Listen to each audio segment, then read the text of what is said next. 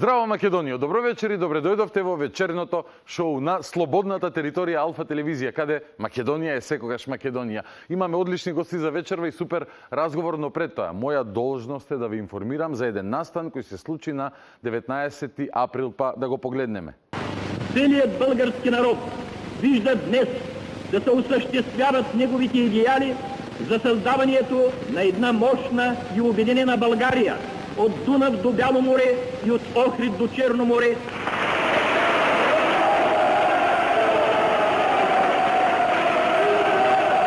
Българският народ ще изпитва завинаги най-голяма благодарност и дълбока признателност към силите от оста и към техните големи водачи Адолф Хитлер и Бенито Мусолини, които осъществиха обединението на България.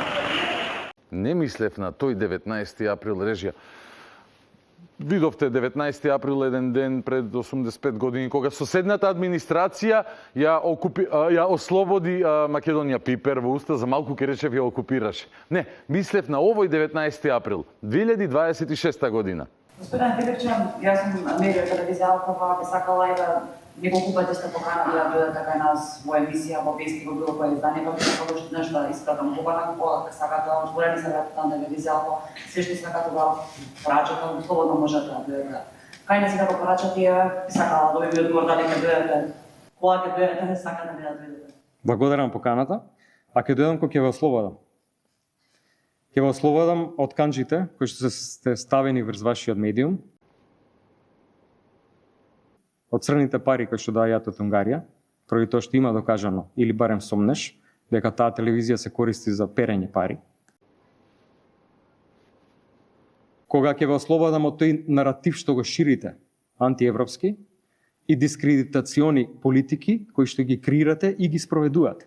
Меѓутоа, се додека има контрола преку тој Орбанов систем, не само кај нас, туку и сегде во регионот, кој што не држи далеко од Европа и шири лажни вести, дискредитира, шири лажни информации, црни кампањи. Јас нема да.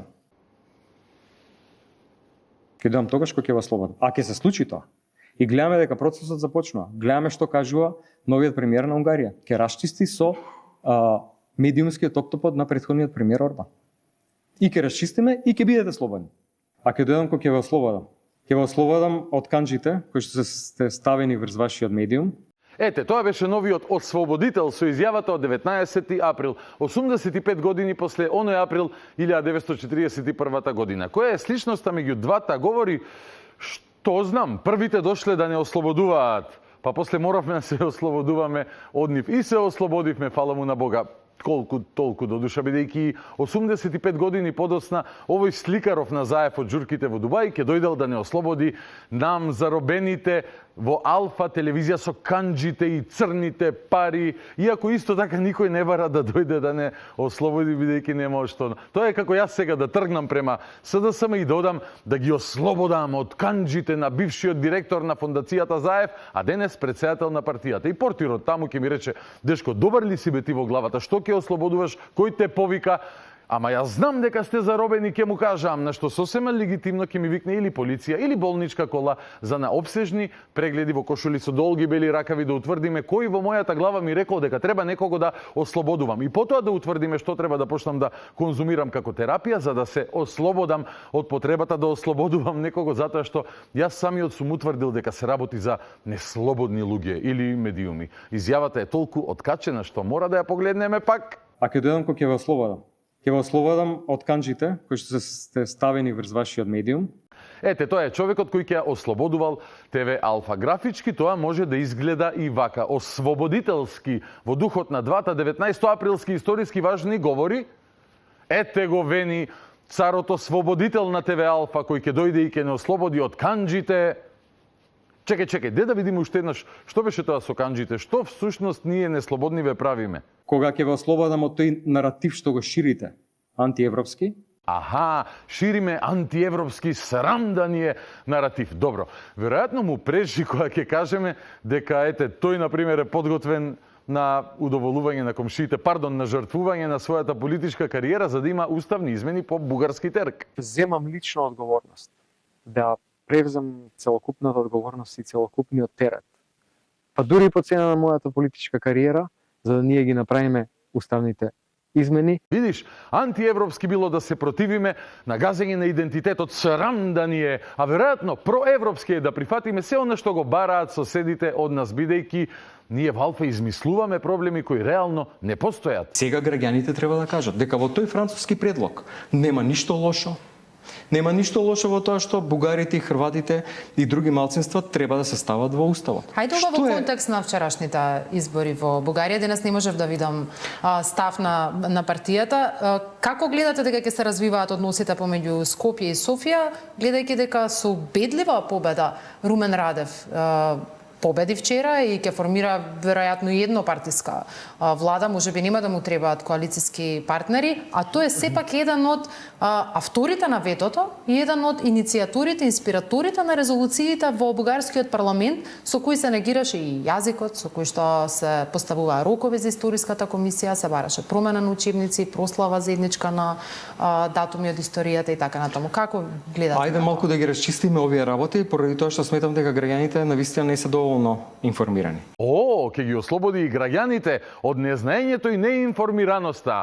Ова треба да е нешто вредно и корисно. Проевропски пред се. Да чуеме. Што е загрозено со ова до сега? Што е загрозено со тоа што кога историската комисија ќе заседава и таму од луѓето се носат со консензус. Значи треба сите да се согласат. И македонските членови и бугарските членови. За тоа што ќе се дискутира во историската комисија. Како е нешто загрозено? Да, бе, ми нема текнато ова. Како е нешто загрозено во историската комисија кога одлуките се носат со консензус? Арно Вели Човеков, навистина бил умен, од мал бил умен. Стево, дај бе кажи му ти. Комисијата составена од 7 македонци и 7 бугари од таа страна. Разговара за кој сакаш? Страндански разговара. Да. Ако се согласат двете страни, тие упатуваат препораки до двете влади. Пуштаат до надлежно министерство, да речеме МОН, кај нас, за учебник ако збориме. Тие понатаму во нивна процедура, според закон, си наоѓаат автори кои ќе напишат учебник за 5, 6, 7 делени. Ако најдат. Ако најдат. Ако најдат. Не, слушај. Ама што ако не најдат? блокада од Бугарија. Блокада. Вето. Видиш, ако немало договор во историската комисија, ќе имало вето. Како што имавме неколку вета од Бугарија поради историјата, пред тие да го препакуваат проблемот кон човекови права. Иако суштината на проблемот е нашиот идентитет. Нов идентитет од 45-та кои ни го признаваат, но не признаваат дека и пред 45-та година постоеле македонци. Неинформираните граѓани, според Венко Филипче, всушност ќе да се информирани, бидејќи на телевизијата која тој ќе ослободува во оваа емисија, граѓаните имале можност да видат многу пати нешто како ова.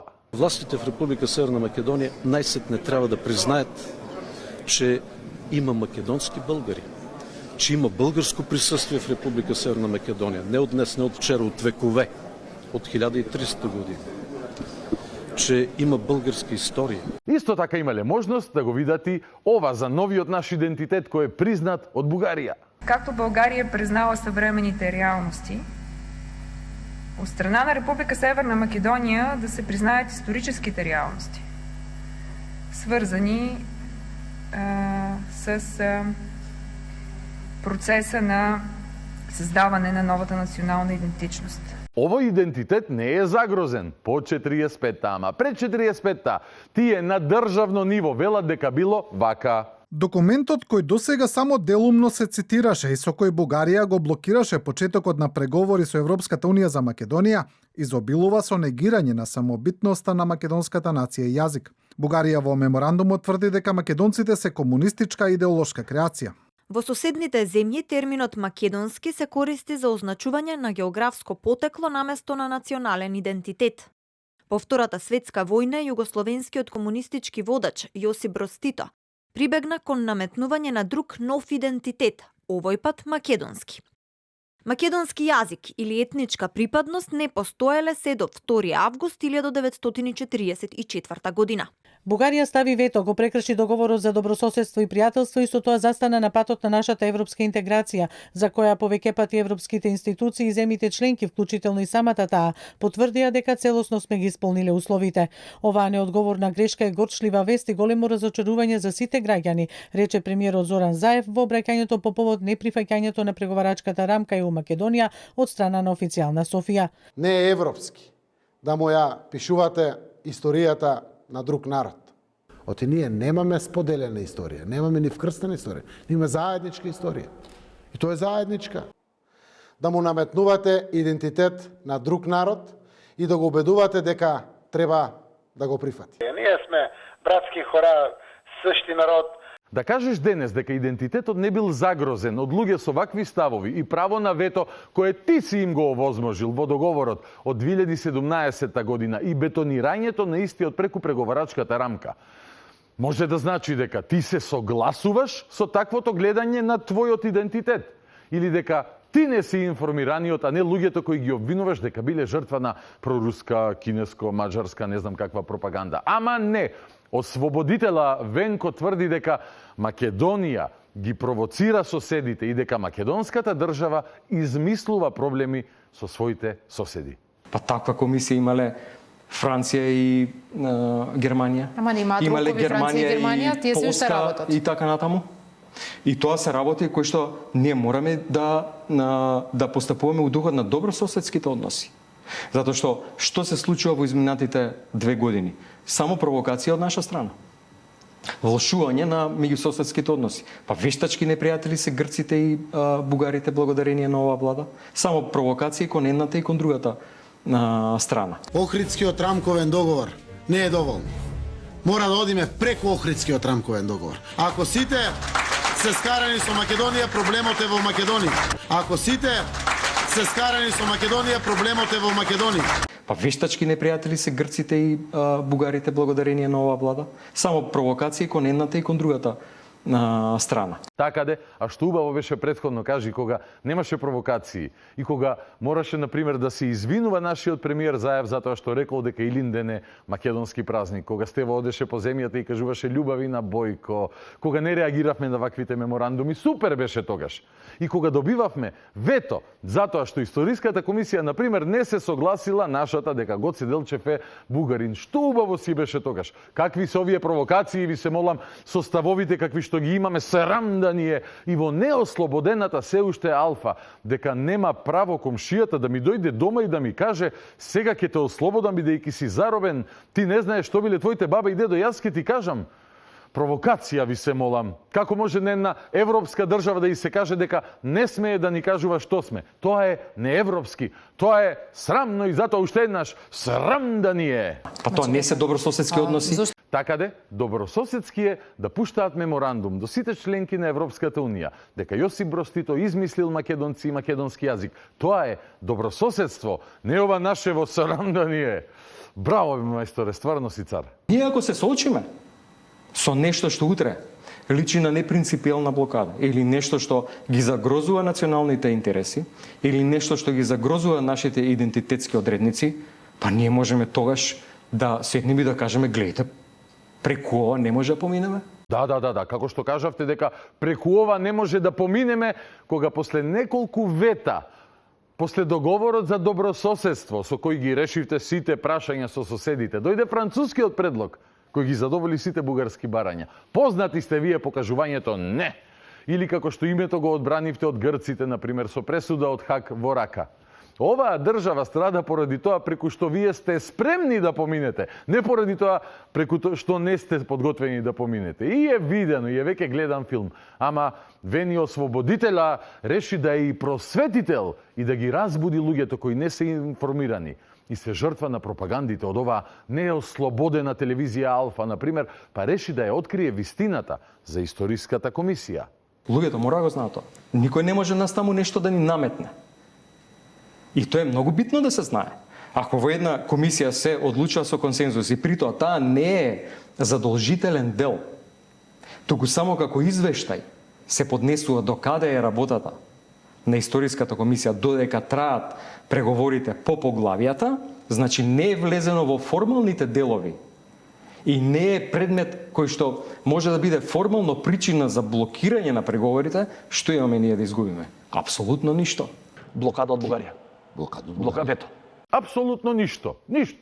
Само да добиваме вето, како до сега. Бидејќи во преговарачката рамка е инсталиран и механизам за преглед на работата на историските комисии. И кога сакаат соседите, како што стојат сега работите, може да ти речат, нема напредок на тоа поле, има вето, кој што ти кажа и твојот председател Пендаровски. Како до сега? Ама, чекајте, чим Венко вели дека нема ризик, нема ризик. Ослободете се од стравовите луѓе. Добро, нели ќе биде по целисходно или по принципиелно да го поддржите оној предлог кој што го имаше премиерот, ако Радев тврди дека нема барања надвор од она што е предмет на францускиот предлог и на преговарачката рамка, заедничка декларација Скопје и Софија да поднесат до Европскиот парламент за признавање на македонскиот јазик, посебност и идентитет. Со тоа практично ќе се тргне маглата од тоа што Софија очекува од нас, какви други барања може да произлезат понатаму во процесот, нешто што ги фрустрира веќе македонските граѓани, затоа што очекувањето беа дека со Преспанскиот договор се затвораат сите прашања од овој карактер. Но еве следно прашање кое што се наведно. Што ако од бугарска страна тоа не сака да го направат? Па очигледно е дека не сака. Тие се во Европа и тие луѓе добро живеат. Имаат европски пари, имаат европски стандард. Ние сме тие кои што трпиме во оваа ситуација. Не трпи ниту бугарската, ниту било која друга страна. Те се измеша сега Ослободителов. До сега тврдеше нема никаков ризик по идентитетот, па на прашањето зошто не се приклучат и тие кон владата, да ние, Македонија и Бугарија заеднички имаме декларација дека е признат посебниот македонски идентитет со собствена долговековна историја. На тоа Венко вели, што ако не сака Бугарија да го направи тоа, тие добро живеат, ние трпиме за пари. Значи, знае Ослободителот дека Бугарија нема намера да го признае тоа, бидејќи, например, ќе треба да се откаже од собственото гледиште на едно 30-40% од својата понова историја. Напротив, затоа Бугарија сака ние да се откажеме од нашата историја и не уценува со вето овозможено од договорот за заедничка историја и потврдено во преговарачката рамка, преку која вашата екипа им овозможи како влада, бугарската влада, оваа ситуација да ја нарекува европски проблем. Не проблем меѓу Македонија и Бугарија, туку меѓу Македонија и Европа. Секоја чест за тоа, алал да ви е. Слушајме внимателно Ослободителе, бидејќи е можно ти да не си информиран, а не граѓаните кои ги нарекуваш жртви на руската пропаганда затоа што бранат македонски интереси. И прашањето не е зошто тие така гледаат на својата историја, комшиеве. Нивно право е крај крајва. Прашањето е зошто си ти упорен да се спроведат веднаш барањата на комшиите, наместо да застанеш во еден македонски народен фронт против таквите уцени. Ама одговор суштински нема. Одговорот е дека ова што го гледате и слушате со своји очи и уши е проруска пропаганда и Алфа е виновна за тоа. Па тој затоа ќе ја ослободи и потоа ние слободни ќе кажуваме дека идентитетот не е загрозен. Сето ова е наша измислица. Еве уште една измислица од Алфа. Како многу пати досега и во согласно со својата конзистентно, безкомпромисна и непопуслива политика кон Македонија, бугарскиот председател Румен Радев, денеска охрабрен од француската поддршка преку содржината на преговарачката рамка, изрази делумно задоволство од објавените предлози. Предложенията на френското председателство са определено стъпка в правилната посока, но остават редица въпроси, които трябва да бъдат изяснени преди да се вдигне ветото. Она што некако во Македонија се представуваше и доживуваше како барање со чие исполнување ќе се тргне бугарското вето, односно вметнувањето на бугарите во преамбулата на македонскиот устав, Радев веднаш го демантираше и наброја повеќе други услови со кои, најблаго кажано, радикалниот бугарски национализам, поддржан од француските предлози, го цементира, а не отстранува ветото.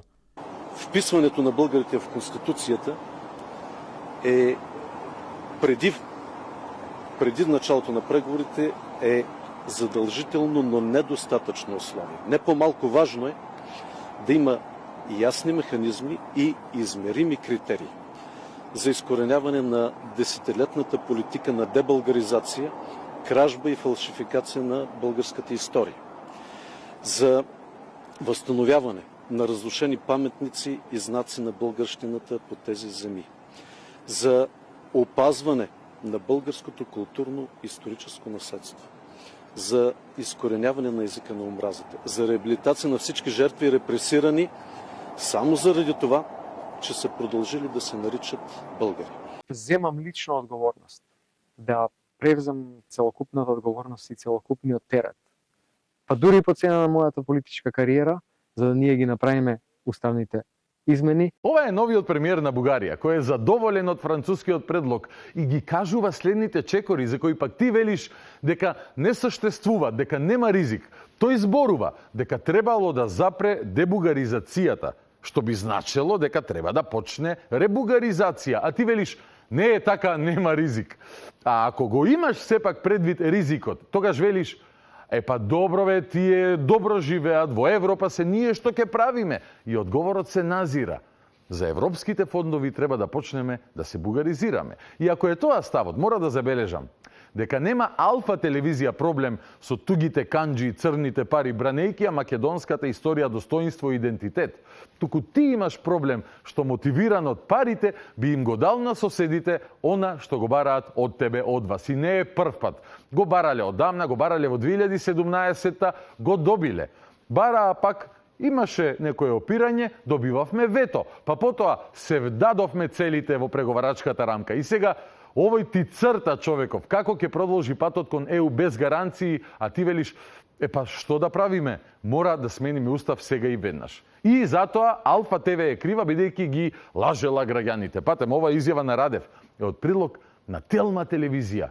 Онаа погоре каде ја објаснуваше суштината на спорот. Таа е од Канал 5 телевизија. Овие логични прашања Цаци Арсова ти ги поставува на Сител телевизија. Многу телевизии ќе имаш, ќе ти се соберат за ослободување императоре. Сите се грешни и не знаат, само ти си прав. Како вицот за Мујо кога возел на автопат и слушнал на радио: "Внимавајте, една будала вози во спротивна насока", па возел и викал: "Каква една будала? Стотици се!" Бидејќи на будалата му е најлесно. Тој не разбира дека е будала. На тие околу него им е тешко. Добро, и што направи? Ништо. Добро, но може ли владата да ги подобри преговарачките позиции ако опозицијата постојано во континуитет ги повторува овие ставови дека има во земјата политичка партија и структура која што е подготвена да ги прифати условите кои што се веќе поставени на маса, зашто нели ВМРО ДПМНЕВ нарекува со оние зборови кои не би сакала тука да ги повторувам, не сметам дека е во ред, меѓутоа де факто се ослабува нивната позиција. Зошто ние не можеме да имаме некаков консензус за вакви национални прашања? Еве зашто. Поради тоа што СДСМ е конструктивна, ама не контролирана опозиција. Ете поради тоа. Ти му викаш, зошто бе нон-стоп ја ослабувате позицијата на државата во борбата за подобри услови на патот кон ЕУ, најавувајќи се како политичка опција која пак се би прифатила ако има власт? Неговиот одговор: тоа го правиме затоа што не сме контролирана опозиција. И може и да е точно, бидејќи без контрола сте. И така продолжувате. Народот проба да ве исконтролира во мај 2024 година, давајќи ви 718 пратеници, ама вие продолжувате со истата песна. Ти му викаш: "Дај бе заедно да застанеме во бедем, гледај што ни прават." Тој ти вика: "Ние не сме контролирана опозиција." Ти му викаш: "Ела на Алфа, зборувај што сакаш." Тој вели: не, ќе дојдам кога ќе ве ослободам." И откако ќе не ослободиш во сценариото, што? Тогаш ќе може да дојдеш и да зборуваш што сакаш, нели? Можност која имаш и сега. Што значи дека не е Алфа неослободена. Туку тој кој тврди дека отпорот кон прифаќањето на уцените од надворе руско сценарио ќе да е во нечии канџи джанам, дали комшиски или на сопствениот ум, јас не знам, ама дека Македонија секогаш наоѓала начин да се ослободи од таквите чуруци внатре, тоа знам. За жал, некогаш со поголема претрпена штета како со Муртинскиот Зоке, ама некогаш има шанса да не даде ни шанса да дојде до штета како што е сега. Тоа е вистината, немојте да се лажете. Нема никакви бугари, нема никаков ризик. Тие се измислени непријатели. Бугарите во устав ништо не значат. Ако ние некојаш се соочиме со некои непринципиелни барања, па може да се повлечеме конечно. А сега што правиме? Ништо. Седиме во место и наводно се плашиме да не утре Радев или некој од Бугарија нешто направил што нас ке не загрози. Па кој може да не загрози ако ние имаме тука национален консензус дека преку некои работи не поминуваме. И тоа е вистината. Тоа е вистината, рече вистинитиот воин Вени. И ево право, ние немаме национален консензус дека преку некои работи не преминуваме. Немаме. Бидејќи вие тврдите дека уставните измени се беззначајни. а се клучното барање на оние кои тврдат дека пред 45-та не сме постоеле. И ти објасниле зошто е така. Ти нацртале, уште јавно да кажат што се крие позади историските комисии, договорите, преговарачките рамки. Аха. Од режија туку што ми јавија дека ќе имаме едно мало патување во времето од периодот пред да се потпише договорот за добрососедство. Ке ни се обрати еден од главните антимакедонски историчари, денес покојниот Божидар Димитров. Мислех, че нема да го доживее този ден, когато един македонски политически деец на Скопие публично заяви, това беше преди месец, и това беше господин Зоран Заев, който го каза, че български и македонския народ са едно и също нещо. Аз сакам да изпратам порака до сите граѓани на Бугарија. Ние сме братски хора, същи народ. И сега ще подпише договора. В договора има една клауза, която изглежда на пръв поглед безобидна. Но тя, ако се изпълнява, договора първо да се подпише и след това да се изпълнява, както казват някои мои приятели, защото има разлика между подписан договор и изпълнението му. Но ако се изпълнява, това означава край на македонизма и наистина превръщането на Македония в една втора българска държава. Не така. Взривно, но постепенно. Обаче, че учебниците по история ще бъдат спазени, ще бъдат написани така както трябва и че това, което вие като ваша мечта сте заложили да се сбъдне, ще се сбъдне всъщност. Да, ще се сбъдне. Ако бъдат написани както трябва, те ще учат българска история. Ще учат до 1944 година, както са споделили 1300 години, че и повече. Всички тегоби на българския народ, победи, поражения и как 1944 година са били принудени от една тоталитарна държава, като комунистическа Югославия, да станат друг народ, различен от българските, от български.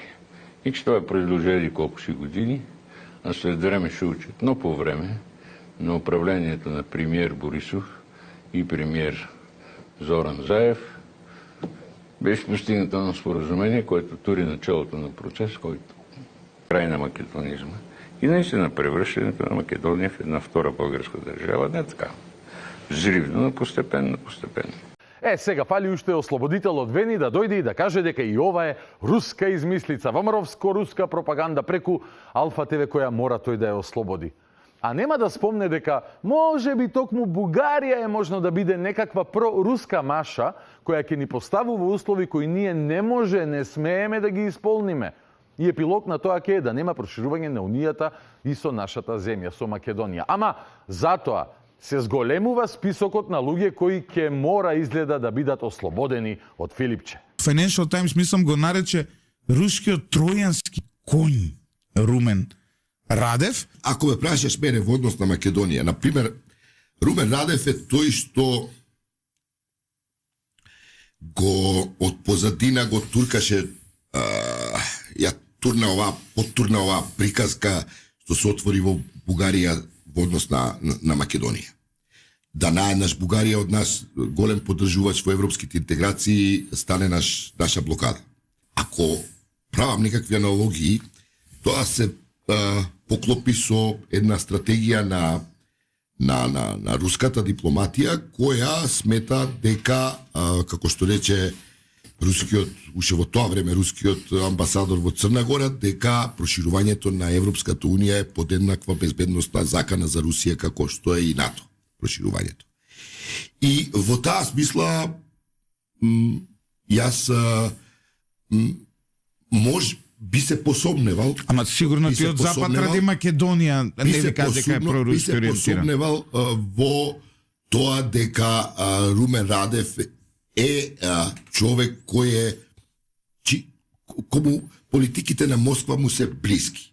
Моето мислење за обструкцијата од Софија во однос на македонската интеграција во ЕУ, мислам дека е во голема мера стимулирана од Москва и од оние, како ќе викаат во Бугарија, ченкиња, узбашите бугарски, од тој тип на политичкото подсебје. Да. Видиш, има работи со кои се согласуваме и со човеков. Истото сме го зборували и тука. Истото. На неослободената Алфа. Во ова неслободно вечерно шоу. Ама, ќе дојде Венко, ќе ослободи и ќе почнеме да имаме проевропски наратив. Од режија повторно ми јавија дека се јавил човекот и рекол итно да започнеме со проевропски наратив. Еми добре, ще започнем веднага. Да живее цара ослободител! Се обадил и казал, че аз мора да ви кажам, че този животно не съществува. И да немате гајле, да сте без грижи. Оние кои во кампањата за Европска Македонија се сликаа по авиони дека почнуваат, преговорите повторно со сигурност ќе ви гарантираат мед, млеко и хубава матеница. В българския менталитет, аз това никога не мога така да го приема и да го разбера, няма както у другите народи, няма и нотка за самокритика. Да се критикуваш и ти, да признаеш, че ти не си прав. Българина някак си е един такъв човек, който знаете ли, прилича, аз ще ви го кажа с един анекдот. Типични българи у нас са шопите. Шопи, знаеш така наречено, които живеят тук около София. Така е. Има такъв фантастичен анекдот за шопа. За да разберете какво значи, това е обобщение на българина, на българската менталност. Значи, преко анекдота да го найдем менталитетот. Да, ще го найдеш, ти ще го разбереш. Шопа отива в зоологическа градина, некъде в чужбина, не в Софийската. И вижда жирафа. Това голямо животно с дългата шия. И го гледа и си тръгва и вика, нема такова животно. Той не може менталитета му да побере такава дълга шия на животно. Той го вижда, че го има, но вика, нема такова животно. Това е българина, българския менталитет. Значи, тоа е менталитетот и во однос на македонците. Не гледа дека постоиме, ама вика две не. Да, точно така. Точно така. Не гледа, че имате история, че имате разлика, че имате култура. Не гледа, че ако му дадеш книга на македонски език, съвременна даже да му дадеш поезия, не може да разбере всичко. И ще се затрудни, особено поезия, лирика, нали, други неща, роман да чете. Обаче вика, нема език македонски, нема култура македонска, нема македонски народ. Ајде, доста е за денес со човеков. Повеќе утре. Да сме здрави и живи. Одиме на разговорот во студио. Вечерва со новинарот Столе Наумов и амбасадорот Маријан Ѓорчев. Ке биде жестоко. Останете со нас. Започнуваме веднаш.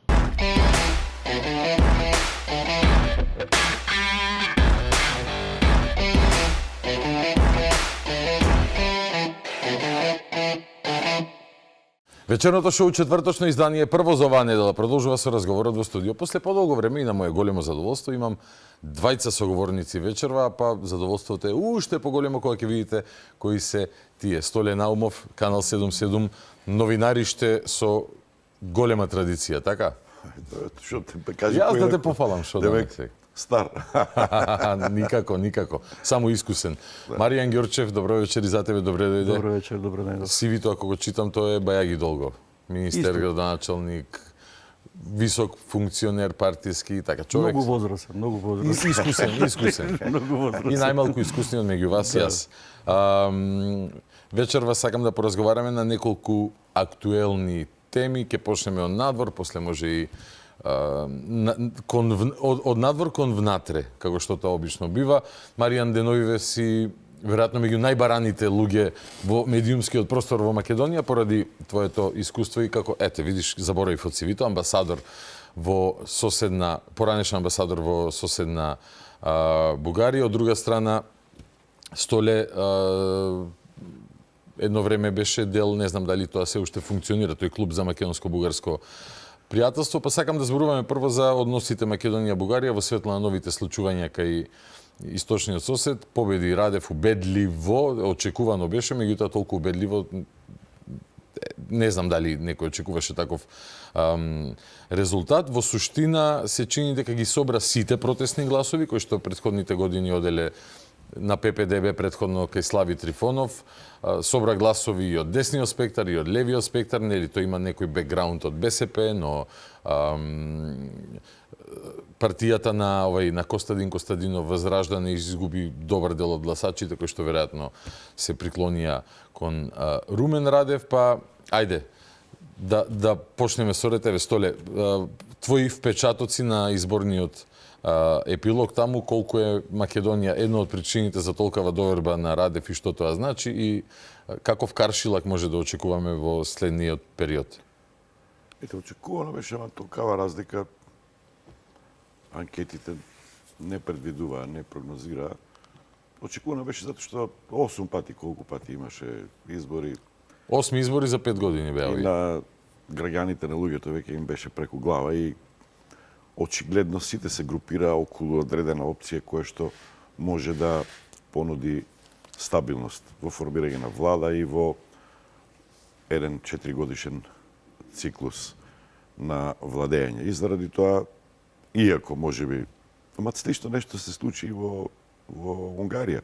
Околу Мажар се собра и леви и десни, значи мобилизирачкиот капацитет беше пресуден тука, очигледно Радев го имаше тоа и најразлични струи, најразлични гласови и што е многу интересно, таа млада Z генерација уште помладите алфа тие уште мислам дека немаат, кои ќе дојдат, они ќе бидат уште по интересни, кои ќе дојдат во состојба да возрастно да гласаат.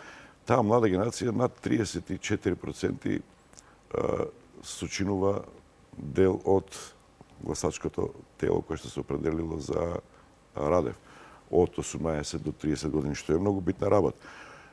Таа млада генерација, таа Z генерација во голем дел има европски дух, што би рекле они европејски дух.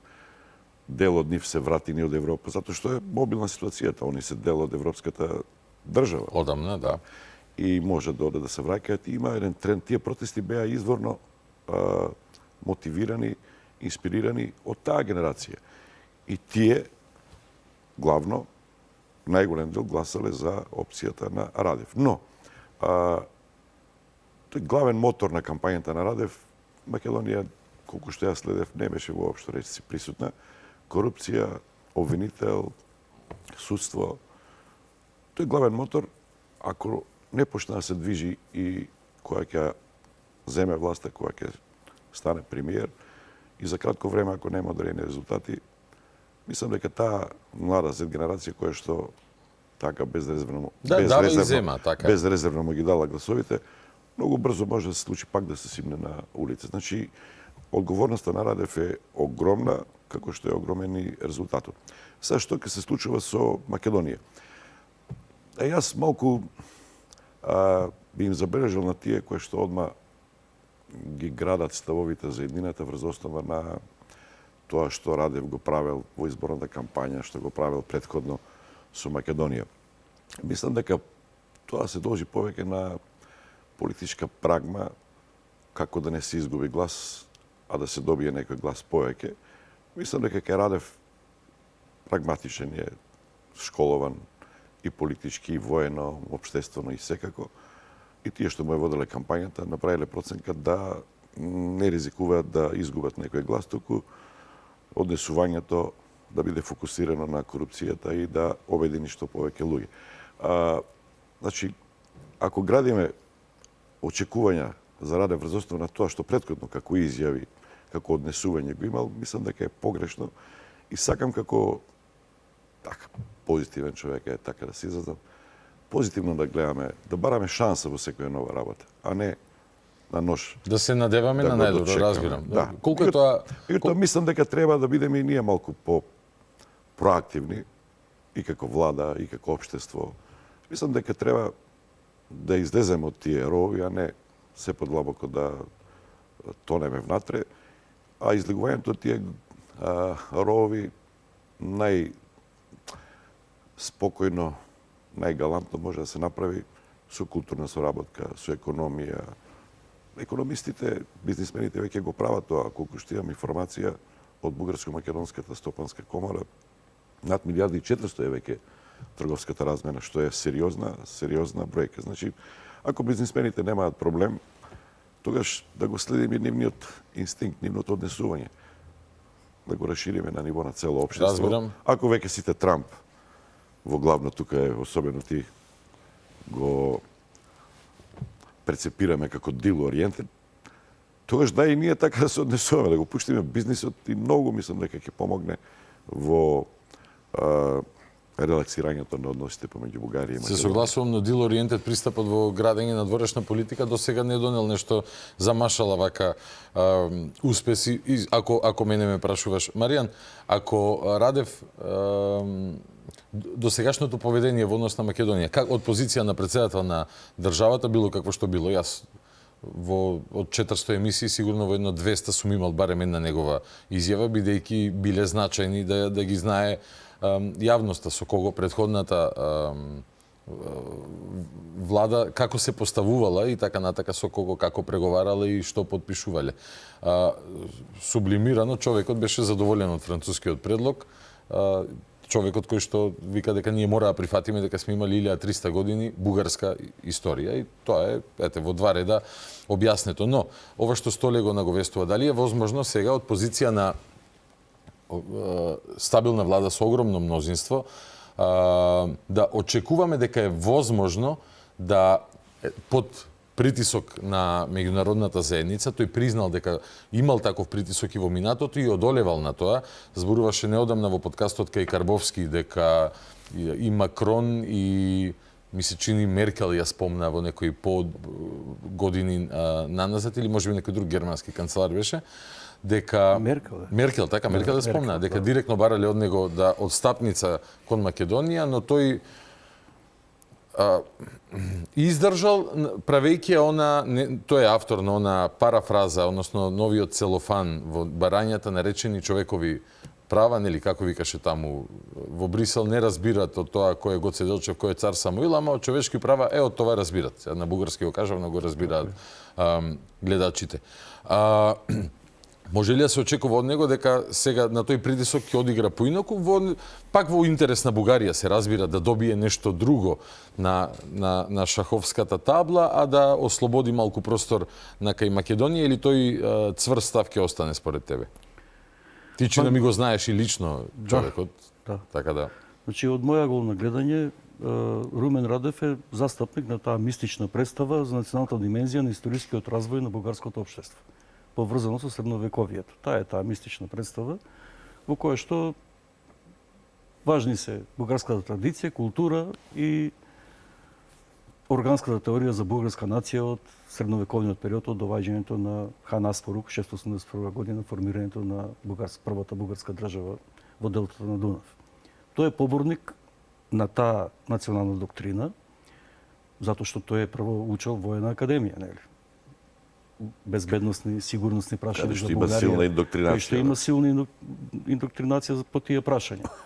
Но, неговиот престој на постдипломските студии во Максвел, Воздухопловната академија на Соединетите американски држави, и неговото назначување за командант на военно-воздушните сили во време кога Бугарија е дел од НАТО алијансата и препораките на НАТО структурите, психолози, аналитичари, социолози, разузнавачи, ја процениле неговата, би рекол, личност, дека тој човек кој што може да командува многу сериозна земја која што заедно со Турција го бранат југоисточниот брег на Црното море. Само да ја прашам, летал на МиГ-27, а летал и на F-16? И на Рафал.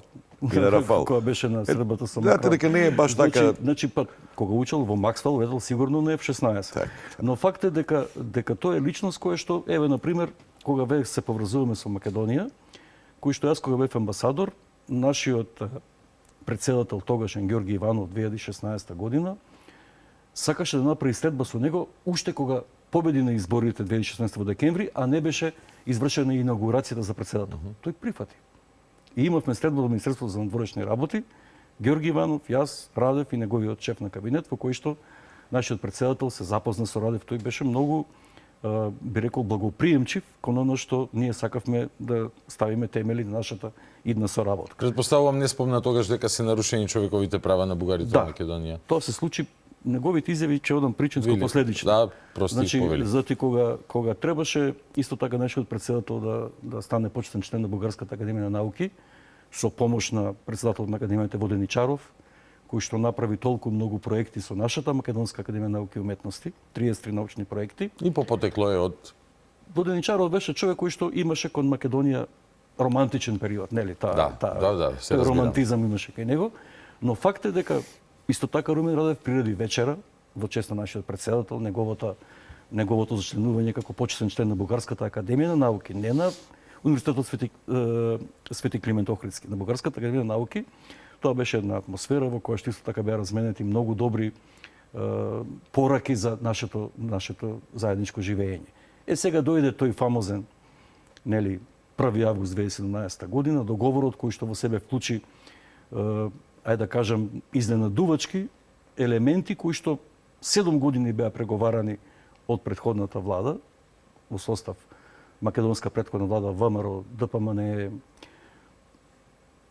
ДУИ, нова социјалдемократска партија, Демократски сојуз, Дом, кои беа таму сите, и во кои што децидно Македонија дружеше став дека некои прашања кои што се однесуваат кон минатото не треба да бидат дел од тој политички договор. И тој е политички институционален договор, треба да го ратификувате.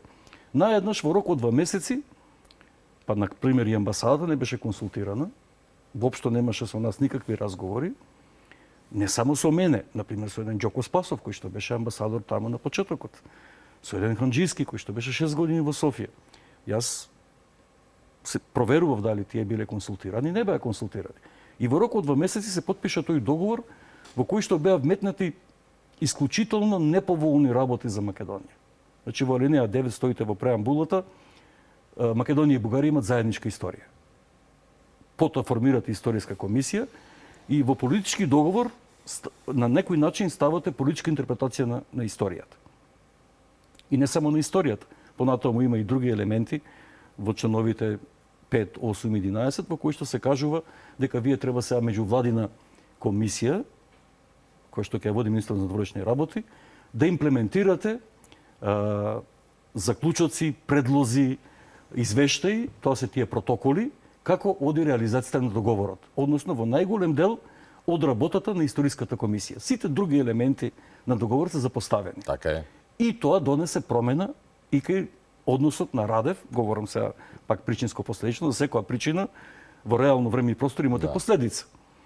Се Македонија која што беше соочена 26 години со блокадата буквално од Европската заедница, со декларацијата од Лисабон во јануар 1992 година, дека ние може да преговараме со Европската заедница тогаш, после Унија, после 1993 година, после Мастрихт, дека само може да преговараме ако го смениме името и да воопшто не содржи Македонија.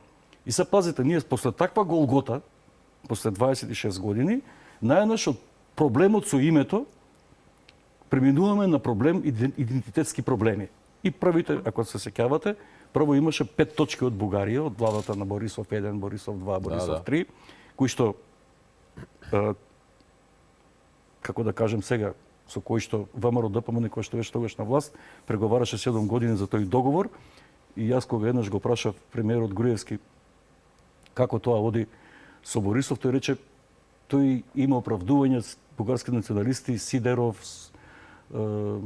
тие што беа Атака, Каракачанов, дека тие... Дека ќе му е урнат владата, дека тоа е многу високо дигната летва и не може да попуштат по прашањата за македонското прашање. Тоа е малце така. Сега, тука, значи, тие точки како беа околу јазикот, околу идентитетот, под притисок на американците, тоа беше видливо во бугарското општество, ние имаме таму пријатели. Мене, без разлика како и да говорат за него, јас го знаев и Темелко Нешков, татко му на Љупчо Нешков на БГНС. Од Кавадарци е, така. Не, од Бело поле, Прилепско е. А Кавадарци и Прилеп живеат, нели секој живееле. Мислам, знам дека од таму некаде, да.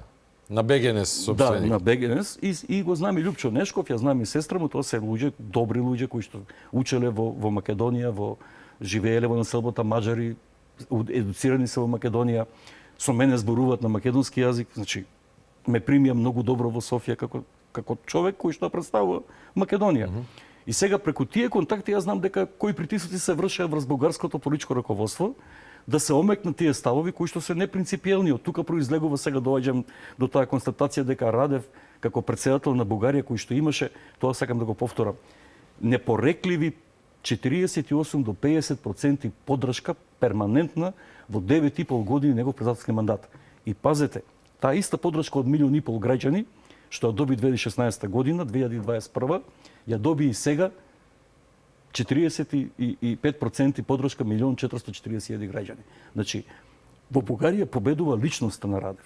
Не победува прогресивна Бугарија. Победува неговиот чесен однос, немање дамки, скандали, чист профил на воен командант на воздушни сили, на политичар кој што докажал дека може да не се злоупотребува службената положба и кој што главен противник во овие 10,5 години ги имаше во Бојко Борисов, во Дељан Пеевски и во обвинителот Гешев. И неговата кампања се базираше на темел антикорупција, борба против олигарсите, олицетворени во Бојко Борисов и Дељан Пеевски, и промена на судскиот систем кој што беше 20 години кочница за влегувањето на Бугарија во еврозоната. И дојде до тоа да не го спомнува, инаку јас бев таму 4 години, Македонија никош не била во првите 10 точки на било која изборна кампања, а ги имаше Бајаджи. Значи, никош не била спомнувана. Разбирам. И сега не беше спомнувана. Никој и во оваа кампања не беше, затоа што тоа е болно прашање. Емоционално прашање тоа за бугарите во нивната национална доктрина. И тоа може да побуди одредена промена на бројот на гласови во гласачкото тело. Не мислам така, ако имаш употребна вредност голема, уште ќе јаваш у политиката Каракачанов и сите други кои што на тој бран правеа рейтинг порано. Не нивната верзија, не бугарската верзија. Не верзијата на Каракачанов. Значи, ние сме оделе како ВМРО ДПМН да разговараме со Каракачанов времето. Јас лично се знам со Каракачанов, нели? Но поентата е дека во Бугарија има голем број луѓе по потекло од регионот Македонија, како историска географска област, по кои што негуваат, ако ништо друго, родбински, има чувство кон Охрид, кон Охридска архиепископија. На крајот Иван Снегаров е Охриджанин, човек кој што напишал двотомната историја за Охридската архиепископија, кој што вели дека Охридската епископија е образец на духовната самостојност на Македонија. Така почна воведот на таа Охридска архиепископија.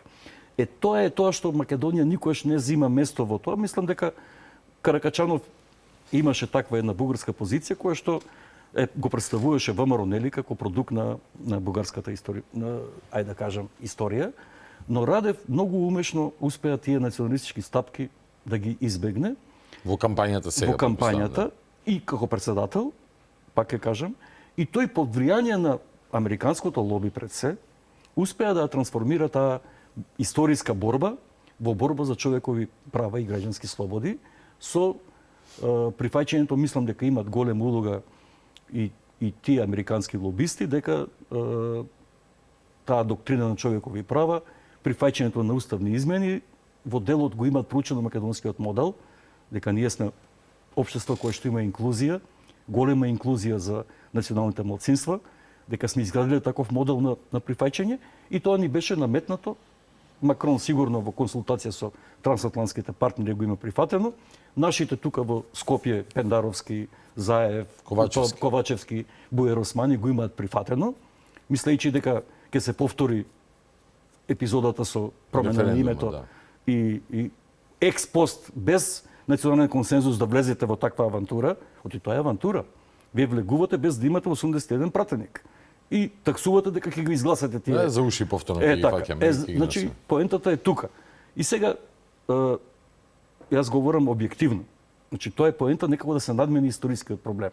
Меѓутоа, ние се заплеткавме да се надмине или да се парафразира, бидејќи ако се надминува, немаше да се инсистира веројатно во вториот протокол. Замена на тези. Зашто суштината останува иста. Токму тоа сакам да кажам. И веќе следува тука гласањето во парламентот за уставните измени. Тоа стално го кажувам јас тука и кај вас сме го збореле. Прво, вие не можете со штур заклучок од една страна да изгласате дека сте за уставни измени. Парламентарците прво, говорам за СДСМ, како знам многу луѓе од СДСМ кои што се против уставните измени. Во кисела вода кои што живеат. И тоа се активисти со години, со децении. Значи, пазете, на штур заклучок без да ја приложите преговарачката рамка. Во кој што во член 5 јасно се гледа дека билатералниот договор со Бугарија и со Грција и протоколите, односно извештаите и мерките за реализација се дел од преговарачката рамка. И дека вие од тоа не може да избегнете. Да, и ќе се оценува спроведувањето на тие договори. Ако не го спроведете, а пазете, прва точка во темелите, во кластерот 1 е член 23. Слобода, право, правда. Кога вие веќе ќе го направите тоа како уставни измени, веднаш следува после тоа што сте подпишале во протоколите, дали ќе ги смените надписите на спомениците во Бугарија за време на фашистската окупација, од едно од притисоците на американците беа три точки. Говорот на омрза, односот кон фашистичката историја на Бугарија и трето, човековите прави и граѓански слободи. И тогаш веднаш доваѓате во Во колизија, се разбира. И не можете да ги решите. Се разбира. Затоа била добра тактиката да не се зборува за тие работи. Точно. Но сега тука доаѓаме до тоа дека Радев, сепак како човек кој што е воено доктринарен, методичен, со него зошто е добро она што Столе го каже вистина, тој ќе има стабилна влада. Има 130 пратеника и сигурен сум за европските прашања, оти несомнено, убеден сум дека тој ќе ги протежира ставовите на Европската унија и на НАТО. Прво бил НАТО генерал, сега да збориме реално. Командант 10 години на военно-воздушни сили. Второ, Урсула фон дер Лајен јасно порача, го чекаме Радев заедно да градиме Бугарија и Европската унија. Но тој, во таа стабилна влада, ние ќе можеме да дадиме предлози, конструктивни, креативни, како да го надминиме проблемот со протоколите, како да го надминиме проблемот со дискусијата во Европската унија. Ние велиме гаранции бараме од ЕУ, така? Да. И што како што бара и Зеленски. И Зеленски ги доби 90 милиарди сега евра за помош, затоа што од друга страна Европа му рече откочи го нафтоводот, дружба за да може Словачка и после изборите во Унгарија на магичен начин го поправија нафтоводот и можно е во тој контекст Радев, кој што исто така многу од моја гледна гледање многу покомпетентен лидер од тој кој што говорам претходно Зеленски, исто така да има порака од Европската унија, дајте да го откочиме процесот со Македонија. Еве има европарламентарци Вајц извештај и друг трет пет, кој што може и да даде механизам некој за механизам да македонците барат гаранција, вие го барате тоа, дајте да се усогласиме, вие што ќе дадете во двоспрениот македонско-бугарски канал, што ќе дадат Брисел, Скопје како ќе разговара. Ми се допаѓа вашиот умерен оптимизам на двајцата Столе пред неколку дена, но јас ќе бидам сега адвокатот на неоптимистичните, меѓу кои сум, и јас би сакал да бидам разубеден, но окей, времето ќе покаже, ние да го анализираме моментот сега. Андреј Ковачев пред неколку дена го гледав на интервју на Актуално. Актуално иначе еден од каналите каде што често се пласираат удбашки тези, таму се пласира и оние некакви извештаи за пасоши измислени на функционери на конкретно ВМРО и така натаму. Тоа се безмислици демантирани, но некако им користат во наративот во моментот. Не и се. Андреј Ковачев, европратеник, беше гостин таму и јасно си кажува човекот, вика, видете, една од клучните работи е тоа дека децата во Македонија не смеат да учат од учебници кои емитираат омраза. Што подразбираме под емитирање омраза? Истиот Андреј Ковачев кај Борјан Јовановски на интервју вели зошто бе вие 11 октомври го славите, што има да го славите тој ден, нели, и предлагаше некои други датуми кои што треба да се слават. Столе, треба да се надеваме дека со Радев ќе се разбереме или сиот фокус и внимание да го насочиме кон лобирање низ западниот дел на Европската Унија или други заинтересирани страни, на што па алармираат во Бугарија, таму претпоставувам поголем дел од нив за да излекуваат некаква поддршка од државата во нивната активност, но велат македонците газат, лобираат, пепел прават, нас за ништо не бива, еве Вајц го купиле, Марта Косија купиле и така натака, и така натака. На каде ти би го насочил фокусот ако наш стратешки интерес е да се осигураме на било кој начин дека некаков механизам на заштита ќе имаме од идни вета на билатерални, односно историски, идентитетски прашања? Неколку работи ќе споменам само. Тоа зависи од Радев дали ќе им робува на ставови и изјави, како што тоа порано се случуваше со сите власти, кои што доаѓаат од политичари од типот на Ковачев. Ковачев беше ГЕРБ, така? Да. Сега ГЕРБ колку освои на овие избори? Добро. Каде има такав народ? Еден запирка еден. Така е, да. Каде е Кракачанов? Каде е БСП-то? Каде е СДС-то порано? Со ГЕРБ заедно. Мислам, не, како номинално, како формално. 400 гласа. Како, не, како партија ги снемува. Ако продолжа така, мислам дека ова што се случи сега на овие избори треба да им даде голема памет на сите партии во Бугарија. Бугарија има една динамична политичка сцена. Јас тоа би го прашал и Ѓорчев зошто кај нас не се слуша, можеби помала држава, можеби изборниот систем, изборниот модел, не знам. Или многу се солидарни меѓу себе големите две партии, мастодонти. Бугарија, реков, многу партии се појавија, ги снема. Слично и во Словенија. Нова партија се појавува, освојува власт. Кај нас тоа е незамисливо. Незамислимо. Се уште, да. Така да, од тој аспект, и Радев ќе биде многу повнимателен и нема да им робува на изјавите кои што ќе ги даде и Ковачев и многу други политичари кои што со текот на времето полека се маргинализираат. Сакам нешто друго да кажем, не треба толку да го сатанизираме, да ги сатанизираме протоколите. И не треба безпоговорно да бараме некоја цврста гаранција, затоа што нема цврсти гаранции во политиката и во животот нема цврсти гаранции. Многу е битна таа стабилна влада што ќе има сега Радев и од нашиот аспект, затоа што нема да ги остави спокојни нашите политичари, нашата власт, за да нудат изговори, да речат таму немаме соговорници, техничка влада, она не може да решава, нестабилна влада, ќе има многу скоро избори. Сега тоа како изговор не може да го користи. Океј, добро. Ке треба и они да бидат проактивни. Мој совет е, не мора директно да се фаќаат за тешки работи, па да се расправа, дајте ни го тоа, него да направат 2-3 посети, да се релаксираат односите. Еве, зошто ние сме барали во неколку наврати како држава, зборувам, изминати 2 години. Ја не верувам дека, еве, кажа Сијановска да ни се поблиски со Радев, поради председателската функција. Нека го искористи својот интелектуален шарм, нека искористи се, нека направат посета. Кажа дека може да се случи таква посета. Ние дали веднаш Пендаровски нема ли интелектуален шарм кога љубави викаше, тоа не ни донесе нешто многу добро вака? Па некои работи зависи од која страна ги гледате. Донесе корисни. Ќе ви кажам зошто се користи. Ајде. Знаете ли дека во еден период Борисов беше многу популарен во Македонија? Борисов бил популарен во Македонија? Тој период кој имаше детант, 18-та која беше, која он лобираше и за Преспанскиот договор, претходно 17-та. Искрен да бидам, сумневал никош. Има анкети кои што тоа го покажуваат. Значи, се е перцепција, се е јавно мислење. Ако сакаш, видите, сите работи во светот, во демократијата се прават врз основа на јавно мислење. Јавното мислење носи, јавното мислење плаши, јавното мислење те закочува во одредени политики. Знаете, еден пријател вели, абе да се примерите кралеви, они нема да имаат гајле да мислат на јавно мислење, затоа што никој не може да ми ја струши функцијата. Добро, ви државата постои поради народот, така. Сакам друго да кажам, значи, тие пости нека се случат. Да ве прашам. Дали веднаш честитавме од наша страна на Радев? А на некој начин, да. Муцунски направи добар потек, требаше честита и Силјановска, официјално и Муцунски. Муцунски честиташе на Мажар, требаше веројатно веднаш да го направи тоа и Мицкоски. Јас така мислам. Требаше веднаш на Радев да му честита. Имале телефонски разговор. Да. Честитка, тоа е честитка. Тоа треба да се случи и не треба веднаш да се закупуваме во ровите. Добро, дипломатија е дипломатија. Има тука една друга работа.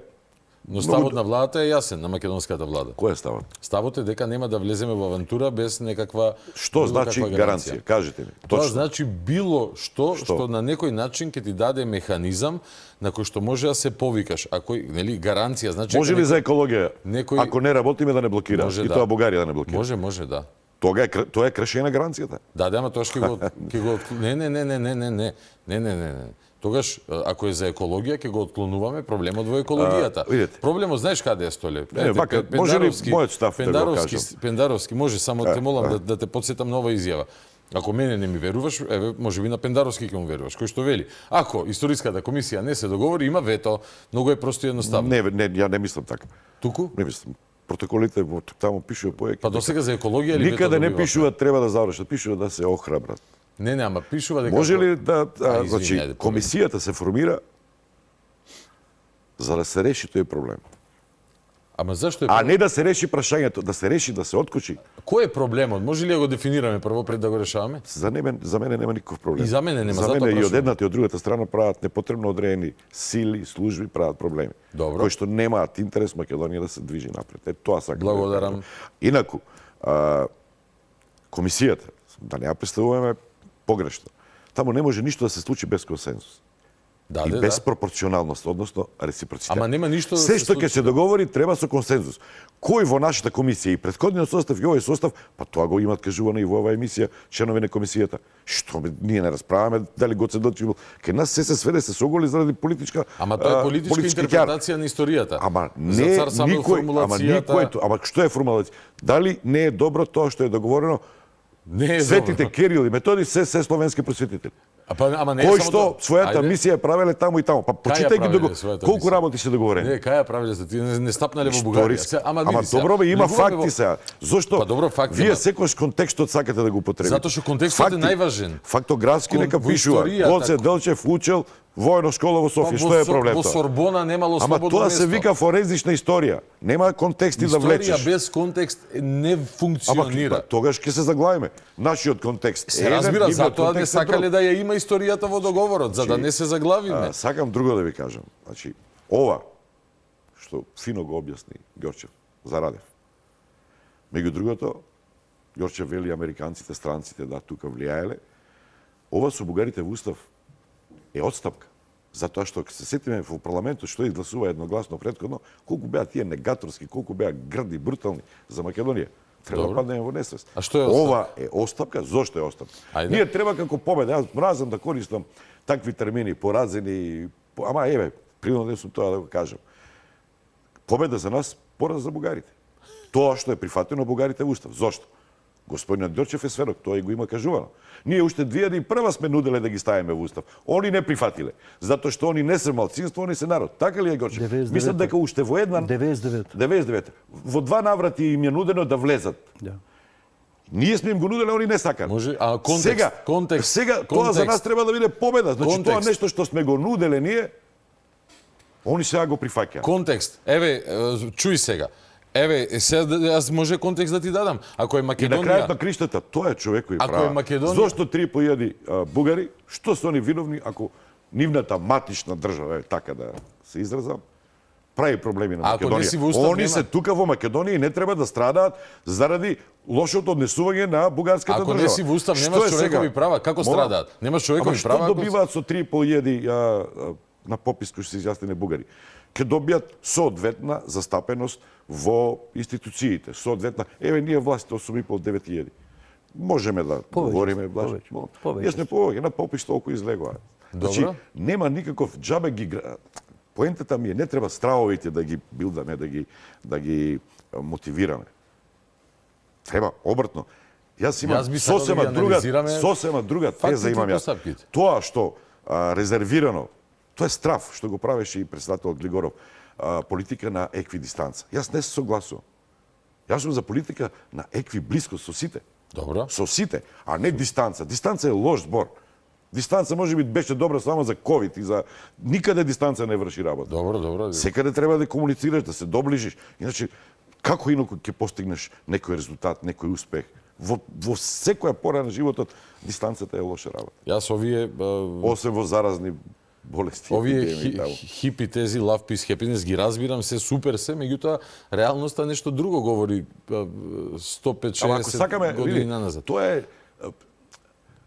политичарите кои што имаат проблем со резултати, со ова, со она. Во политичката теорија тоа е напишано, докажувано наназад историски. Секогаш најдобро или најлесно бараат спас во тоа што пронаоѓаат непријатели, прогласуваат, ги билдаат стравовите. Не сакаме јас така. Значи зборуваме за перспективи, не зборуваме за изолација да се затвориме. Што Дали, има од тоа?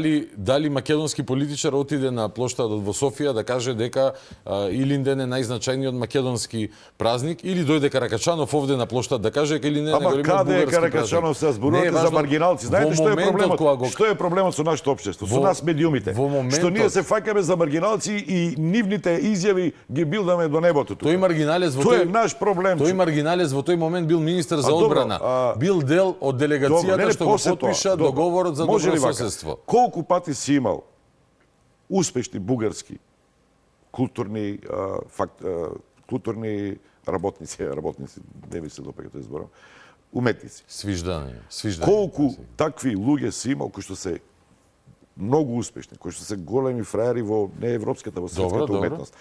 Колку пати си зборувал за некој успешен проект Македонија-Бугарија? А има. Заедно Велешки театар и Бугарски театар има освојувано, заедничка представа има освојувана награди. Добро. Колку бугарски режисери доаѓале во театрите тука режирале. Колку наши глумци, меѓу другото има и глумци кои што во јавниот живот тука кај нас се познати како потврдокорни кон Бугарија, а многу добро соработуваат, учествуваат, глумат во бугарски филмови. Добро. Дајте тоа да го форсираме.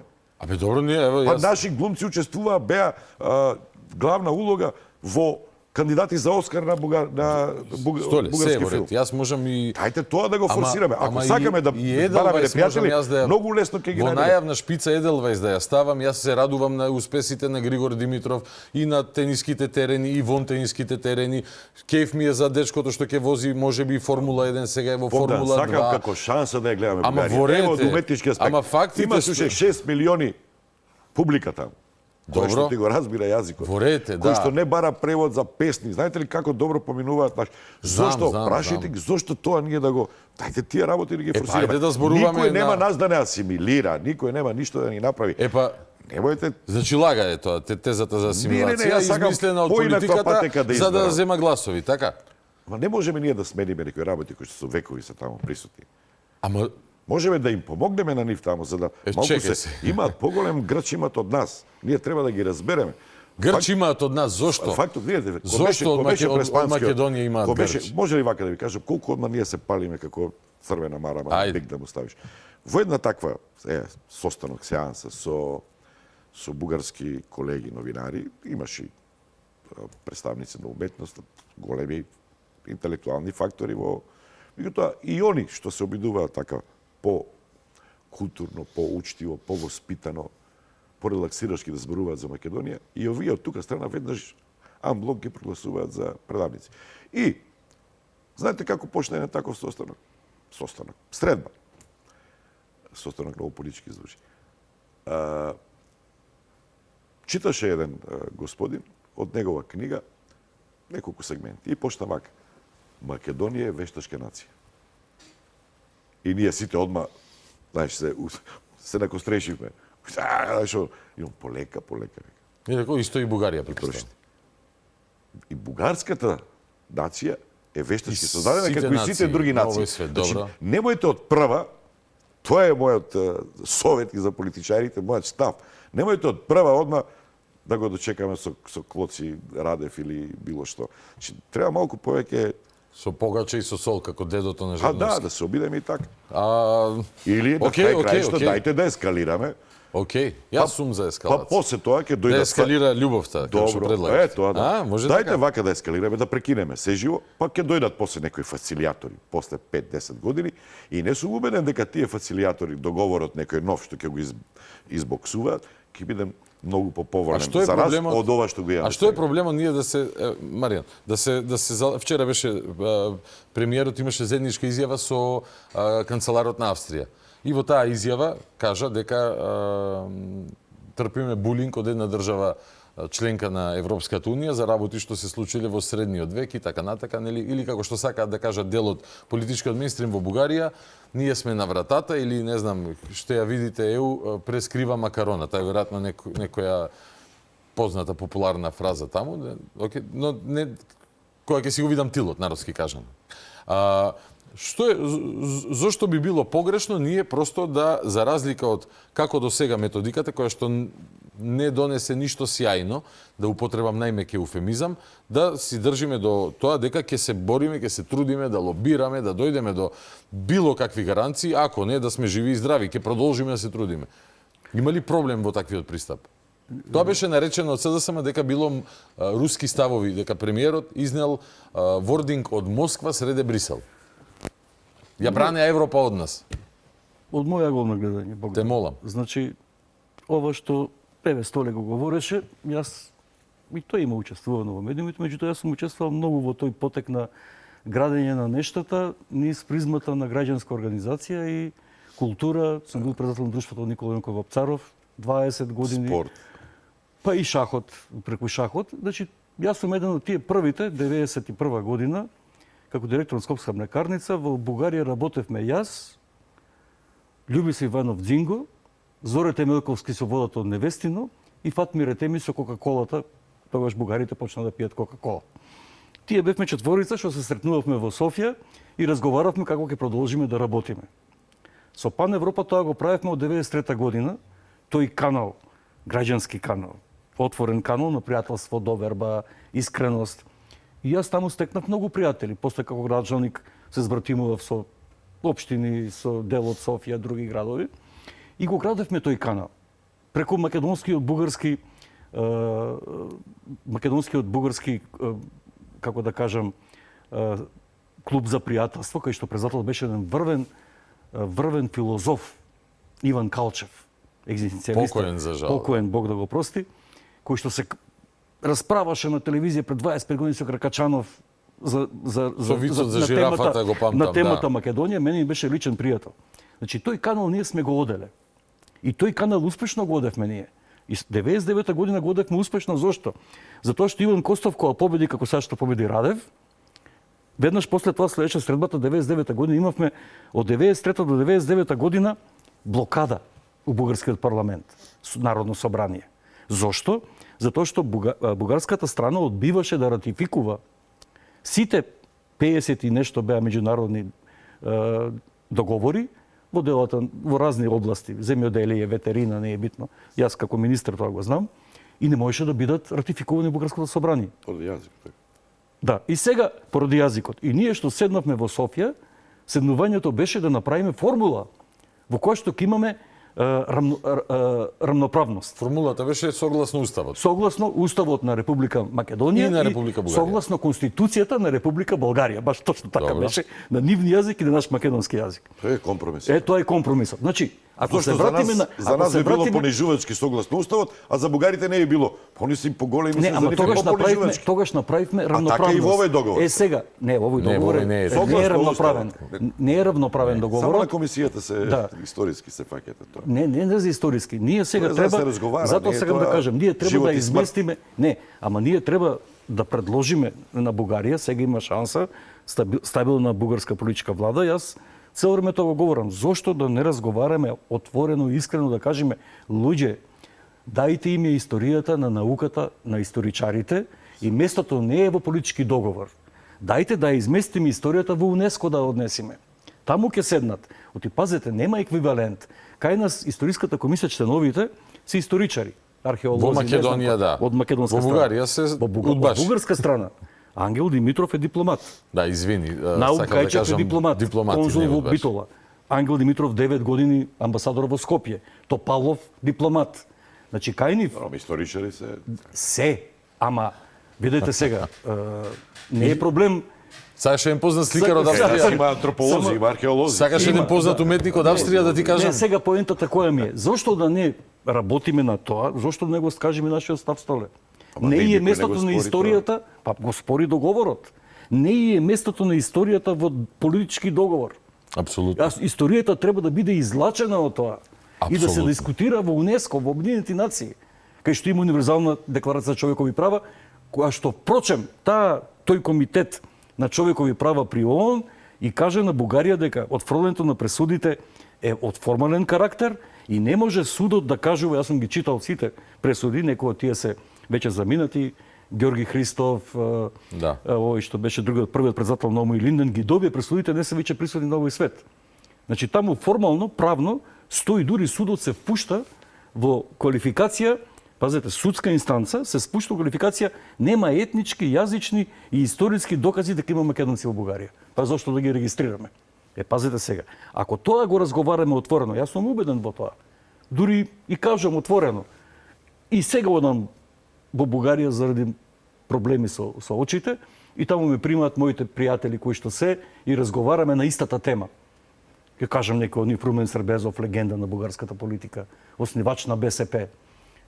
Сега му е тешко пад на БСП, но еве, сакам да кажам, човек кој што бил 5 министер у владата на Социјалистичка република Бугарија и основач на БСП во бугарското Народно собрание. И сега тие луѓе седнуваме и разговараме и нив им пречи ова блокада. И нив им пречи зошто ние не одиме напред како соседи. И ние мора да предложиме оти теретот е кај нас, ние сме стопирани по европскиот пат. Ние мора да предложиме решение. Тоа треба да бидеме проактивни, јас тоа кажувам. Зошто не им предложиме јас сум убеден дека ќе дојде до тоа. И Силјановска како председател сега повеќе ќе дојде на премиер до улогата на господинот Мицковски и господинот Радев. Да седнат Муцунски кој ќе биде министер за внатрешни работи, тоа е многу важно кој ќе биде таму. Дали ќе биде Неиска, таа е друго време, таа се знаеме кој е Надежда Неиска. Убавата Надека. Да. Но поентата е, ние мора да предложиме решение, столе дека договорот не е еквивалентен. Ние мора да го кажеме тоа. Дека е потпишан без консултација со македонското општество. Јас сум искрен, отворено кажувам, јас бев телохранител како амбасадор, не ме пушта на техничките рунди. Пазете, то бугарите го гледаат дека таа новата власт што дојде, не сакаше да разговара со амбасадата во Софија. Не те пушта? Не ме пушта, бев телохранител, седе пред вратата. Тоа не може така. И зошто? За 2 месеца да урнете се што градела Македонија од јануари 16.900 година. И се урна. Македонија имаше концепт, со Бугарија може да разговараме само на равноправна основа. Нема нееквивалентен договор. Вие ќе сакате да докажете дека, еве, например, образовниот систем. Што е државна историја? Цензура. Така е. Еве, се го спомна Гоце Делчев. Бугарите викат тој учел воено училиште во Софија. Јас викам друго. Каде е роден Гоце Делчев? Во Кукуш. Во кој дел од Бугарија е роден? Не. Кукуш бил дел од Оманската империја, регионот Македонија, историско градски регион Македонија. Зашто се борел Гоце Делчев? За член 23 од Букурештанскиот, од Берлинскиот договор, автономија на Македонија. Така е. Втор факт. Трет факт. Каде умира Гоце Делчев? Во Бугарија, во Сливен, во Плевен? Не. Во Баница, Карие, денешна Грција, во Отоманската империја, делот на Македонија.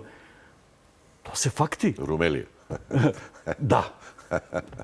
Не, тој дел е Серес и југоисточна Тракија.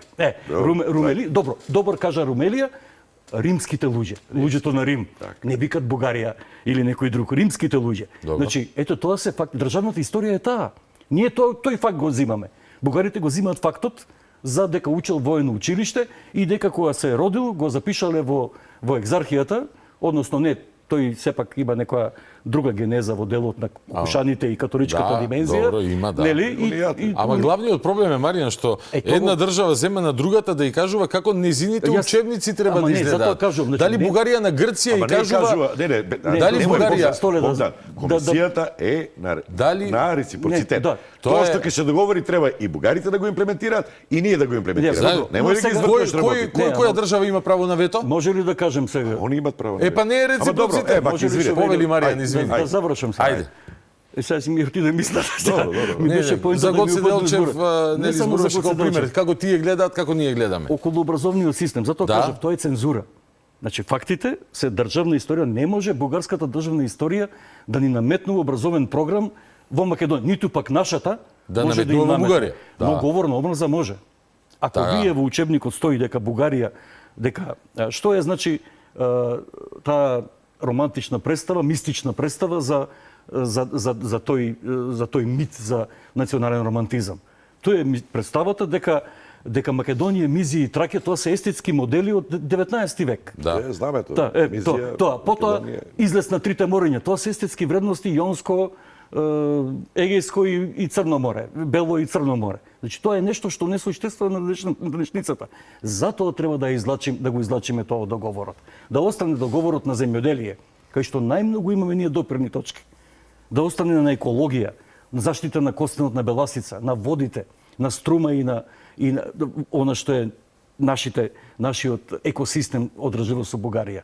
Енергетиката, ние имаме гасовод со Бугарија. Реално добрососедство. Тоа е добрососедство. Ние тоа сме го правеле и како Пан Европа. Во Беле не учествувавме со некој процент или ете, работев на тој проект со Биладинов, овој директорот што беше на нашиот македонски енергетски ресурси, кој што непотребно, еве ќе ви кажам, ги прекрстивме во национални енергетски ресурси. Заради придавката македонски. Веднаш ги крстивме. Јас бев уште амбасадор, ги прекрстивме за 3 месеци. Непотребно. Затоа ви велам, не треба ние да отстапуваме од нашето, со почит кон бугарското, со почит кон нивните размислувања, но секогаш да кажеме дајте да бидиме, да седиме на исто столче, на иста висина. Тогаш ќе има разбирање. Ја тврдам дека Бугарија нема поголем пријател од Македонија. Тврдам. Не е тој ни Грција, ни Турција, ни Србија, ни Романија на крајот. Имат спорни точки. Со Србија го имат Босилеград. Со Романија имат Северна Добруџа. Со Турција да не кажеме спорот за Едрене. Со Грција да не кажем не сме да разговараат. Само со Македонија може да разговараат за некакви на Грција не и давале во тој контекст формулации за кирилни методи како да пробаме, ме разбирате? Да пробаме нашиот став да го кажеме. Може ке не идеме на одбивање. Може со помош на нашите НАТО пријатели, со помош на нашите пријатели од Европа. Може ќе им кажат на бугарите, сигурен сум, како што му помагаат сега, помага ли Европа скрбна на Украина? Помага. Да. Кои реформи ги има направено Украина? Најголема корупција. Нема територијален интегритет. Така е. Злоупотреба на човекови права. 15 милиона руси немаа право да зборуваат на руски јазик. Така? Што е Донбас? Што е Донбас? Реакција на таа русофобија. Не ги оправдуваме с русите што интервенира во Украина, ама треба да говориме што беше од 2014 од Минските спогодби до 2022 година. Што се случуваше во Донбас. Значи, тоа Европа го гледа и помага на Украина, нели? По символично некое членство предлага да влезе Украина во Европската унија. Тоа може да го прави за Македонија со Бугарија. Или им каже на бугарите како земја членка, конкретно и на Радев и на тој тим, дајте луѓе, договорете се. Ние од Брисел ќе направиме тоа, тие реформи ги прават, не знам дали знаете. Го слушав Тилев пред некој еден месец, мислам беше, најдобриот познавач на евроинтеграциите е Драган Тилев, со кој што јас сум одел 15 пати во Брисел. И јас преговарав од таа влада што беше, кој беше Тупурковски водач на тој тим, и одевме многу пати во Брисел. И јас успеав во земјоделието. Значи, Тилев кажа, многу убаво, и јас го знам тоа од моите пријатели од Пан Европа. Значи, веќе германски и француски тимови 24 година работат на тоа да се гласа за проширувањето со квалификувано мнозинство. Предлогот требаше да излезе и 24-та на Европска комисија и 25-та. Европа работи на тоа. Ами за тоа треба консензус. Не толку за Македонија. И за тоа треба бугарите да гласаат. Ама на крајот се завршува парламентот. Што и да направиме, пак мора да се ратификува нашето членство во Европската унија во бугарскиот парламент. Значи пак мораме ние да ја договориме работа. Апсолутно, па зашто велам дека зашто го лажеме народот? Ама зашто да не разговараме? И да е согласие, ќе тргнеме зашто и не кај разговараме да ги кажеме нашите проблеми што ние ги имаме во државата. Зашто не им кажеме да јас сум тој кој што ги кажа, одам таму и кажам, не сте во право. Зошто дискутирате за нешто што Зошто дискутирате за Свети Кирил и Методи? Зошто? Зошто го правите тоа? Чествување и треба да се чествува. Зошто сите словенски народи треба да го чествуваат? Ама зошто не кажат сите словенски народи треба да ги чествуваат? Така е во тоа што се словенски просветите. Ама зошто? Ама знаете ли што е 24-ти? Па не е ни бугарски, не е ни македонски, не е. Знаете ли како се празнува столе? Ама не, они што си прават. Ама не можеме ние да им. Ја зборувам за тоа заедно што го договараме. Не зборувам за тоа они што го прават. И они ќе треба во своите учебници да изфрлат многу работи кои што не се поволни за нас. Како што и ние треба. На пример, кај нив одамна е тоа случајно, за Турција не пишува дека под турско робство биле. Него под владение на во учебниците е сменет. Турско присуство. Или присуство. Многу различен збор е од турско робство. И администратори. Кај нас тоа е сменето. Дали пишува турско присуство во историските читанки во Бугарија? Не пишува. Како пишува? Не, таму пишува турско присуство. А кај нас пишуваше робство, па го сменија, па се лутеа и со право нашите пријатели турците. А зошто турци, што имаше во песните? Нема. Хај, тоа е уметност, тоа е поезија. Ама чекај се, да смениме Кале Шангер, да промениме. Нема робство веќе во учебниците кај нас. Поентата е турско робство не е. Глупости се тоа. Ама тоа се глупости, затоа треба да се тргнат. Затоа треба да се тргнат. Ти си мрзел ли? Извини. Извини, Маријан, заврши бидејќи треба след. Само мислата ми е, зошто од мојего нагледање треба јасно и гласно да ги кажеме нашите проблеми, што ние тоа или нешто друго не можеме да го изгласаме така како што тие мислат дека треба. Значи, тоа што е подпишано, јас имам своја теза и се ја кажувам. Во Македонија треба еднаш да се каже, ако некој направил дело против државата, не почитувал одредби уставни, за мене промената на името без референдум, значи лично мислење, Маријан Ѓорчев е премиер, излегувам утре ја, ќе го вратам името, така? А треба претходно референдум. Тоа што го направија Заев и Димитров, со промена на името без референдум, по лична иницијатива, е казниво дело според мене, противуставно е тоа. Не е името на Заев, нити на Димитров, нити на Маријан, нити на Богдан. Така е. И требаше граѓаните да кажат дали се согласни да се смени името. Граѓаните кажа не сме согласни. Може ли вака? Чим граѓаните кажа, не обврзувачки.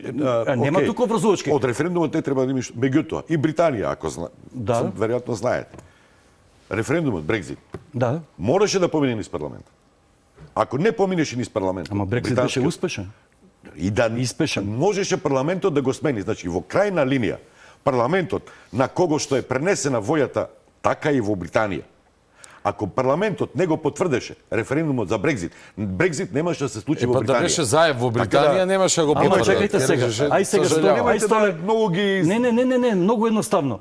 Има ли таа коалиција 80 пратеника да го изгласаат промената на името? Дали треба сега обвинителството? Дали треба судскиот совет, обвинителскиот суд да проверат како беа обезбедени 8 пратеника од опозицијата, на кој начин беа укинати нивните притвори? Не, нека проверат. Мора да се провери.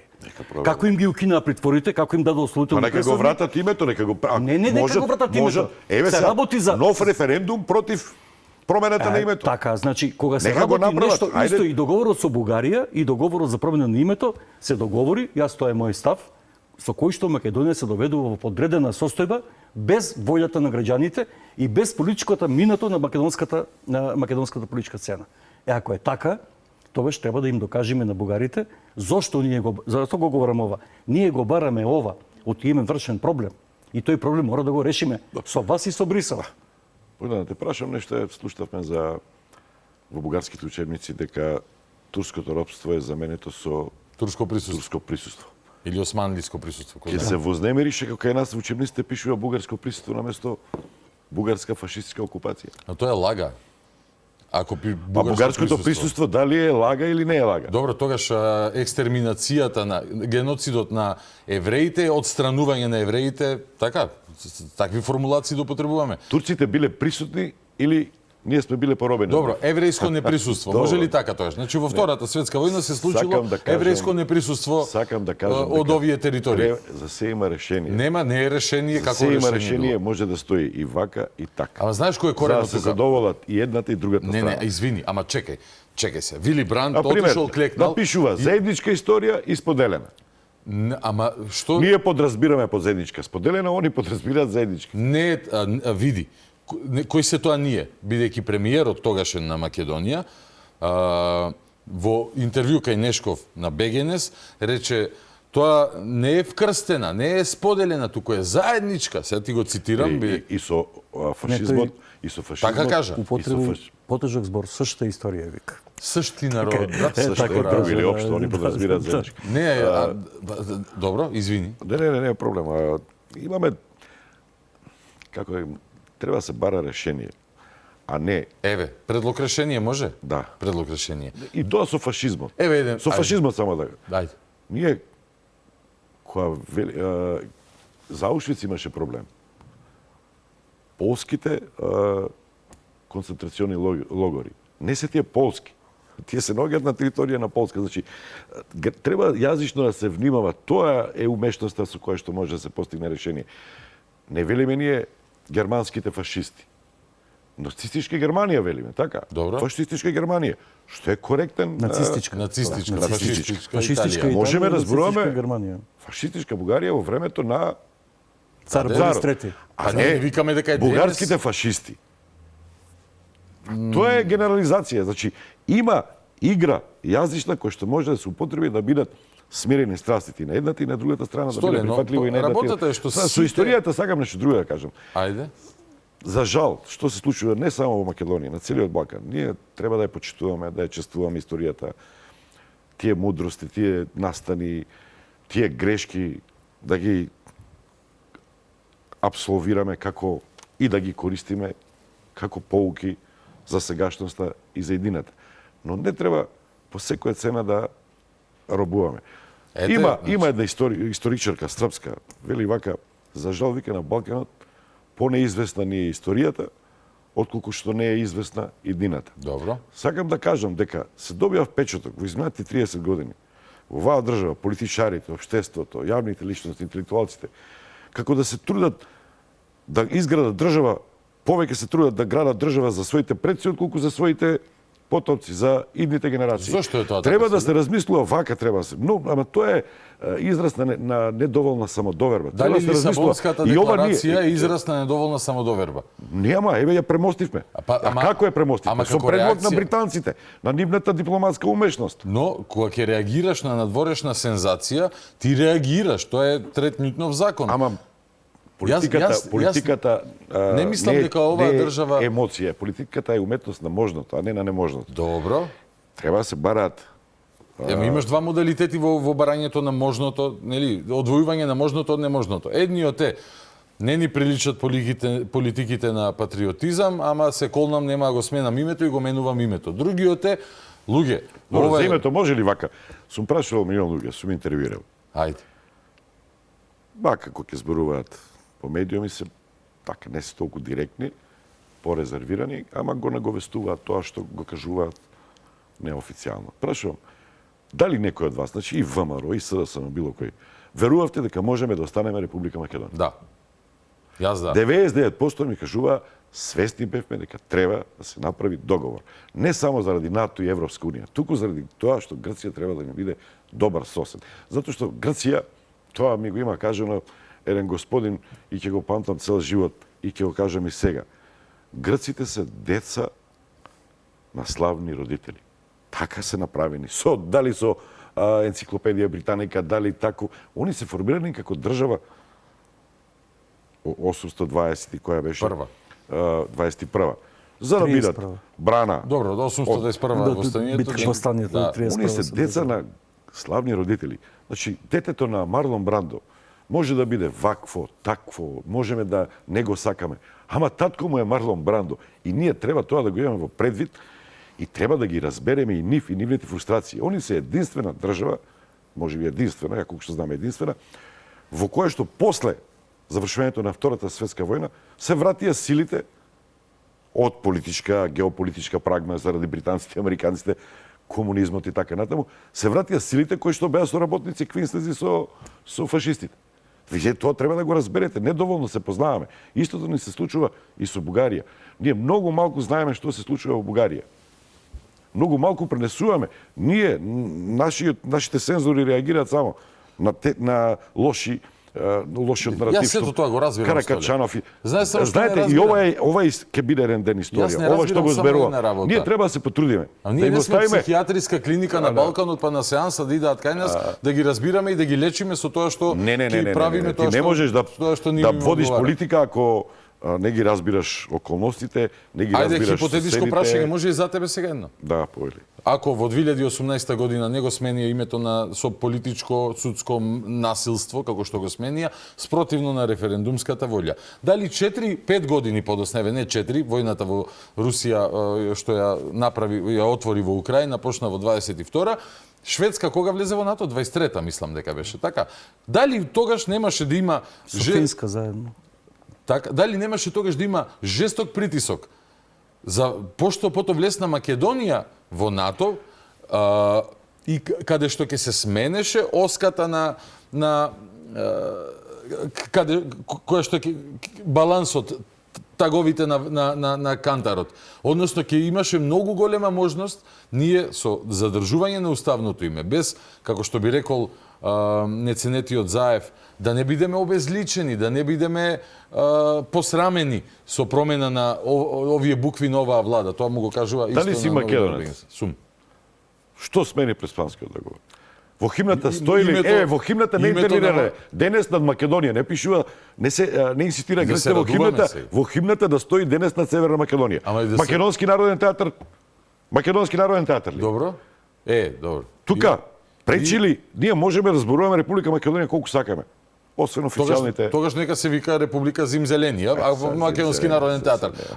Не те разбирам. Не, ако на емотивно ниво ако го симнеме. Немој да мислиш дека сада некој му е мило и одма е предавник што застапува дека треба да се промени името, можело да се направи порано, да биде тоа побезболно, да нема ерга омнес и така натаму. Во тоа сум сигурен. И зборувам за реализам. Јас ако тебе те викам французин. Ама се не, веројатно ќе се навредиш, ама не си французин, така. Значи, јас А ти си знаеш што си, така, ама јас ќе те викам поинаку. Не. Не значи дека ние сме стрекни со тоа што се случило. Но дали можело да се промени? Ти сега ми настапуваш од позиција на Бавангја. Ние требаше да предвидиме дека ќе се случи војната во Украина и да не постигнеме преспански договор. Види, можда и тоа не е тешко да се предвиди, бидејќи во 2014 година... А кој гарантира дека Македонија ќе влезеше во НАТО? И после војната со Украина. Никој не гарантира, ама тоа е теза на Алексис Ципрас, ова ја што ти ја кажав се. Ама ти Алексис Ципрас може да зборува што сака после тоа за домашната јавност. Добро, тогаш затоа што сака да се врати на политичка сцена. Тогаш никој не може заради ништо тоа. да... Ама чите го ти политичкиот наратив малку поинаку. Го читам и како се што за Радев ги читате само работите што му се поблиску до руското влијание. А не ги читате работите што ги кажа сега Ѓорчев, дека летал и на Рафал, дека има и западњачка димензија и така натаму. Одлична тема, сакам да зборуваме за тоа. Значи сегментирано, јас не ги читам селективно настапувате. Daily Telegraph, Reuters, Богдан, Associated Press го нарекуваат ова Радев. што сега го правиме, историја се ќе биде загрижени од проруското. Дајте да размислуваме влијание. како домакини, родители, да им ги решаваме проблемите на децата, а не да им го ставаме после нашата кој ќе си заминеме од овој свет и они да си ја удираат главата. Така е. Дајте да ги решаваме. Па дури тоа било кој ќе ти го каже кој што е позрел, помудар, повозрасен. Неодлучноста е најлоша работа во животот. Подобро да донесеш и погрешна одлука некојаш, отколку да не носиш одлука. Секое решение може да биде подобро од нерешението и од чекањето. Затоа што ако има решение, тоа решение некој ден може да се смени.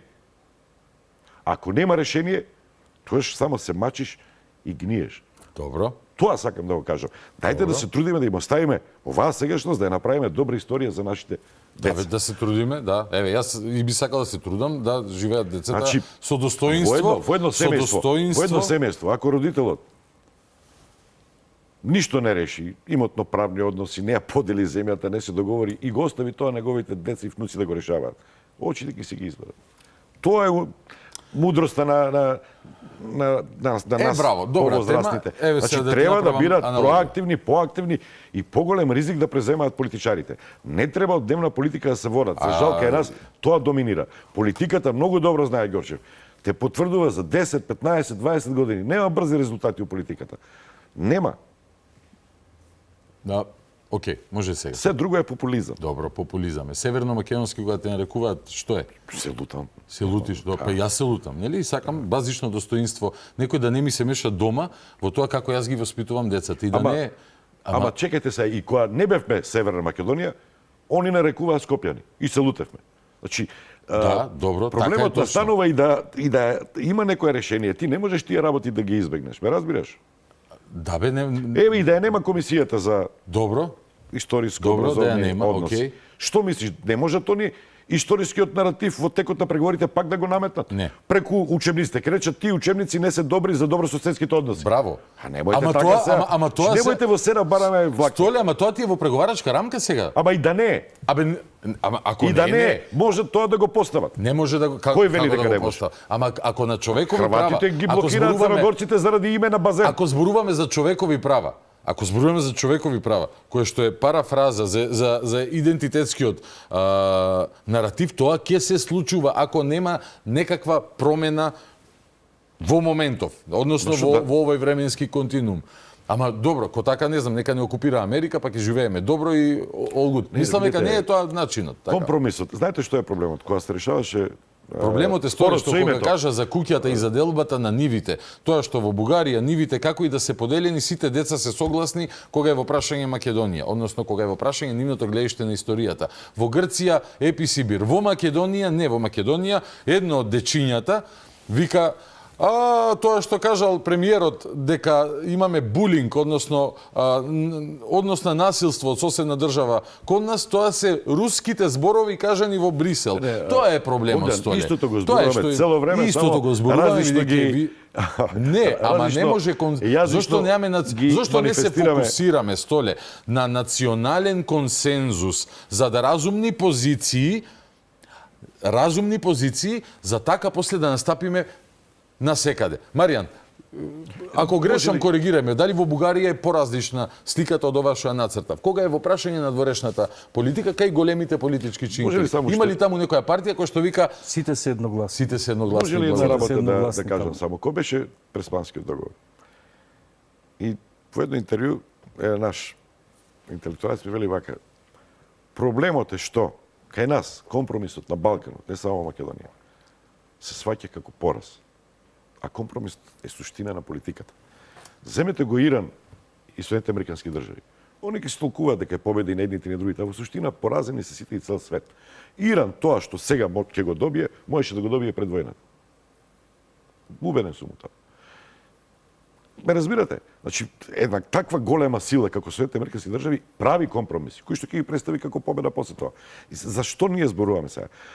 За историјата, па Виетнам и Соединетите американски држави се најголеми трговски партнери во момент.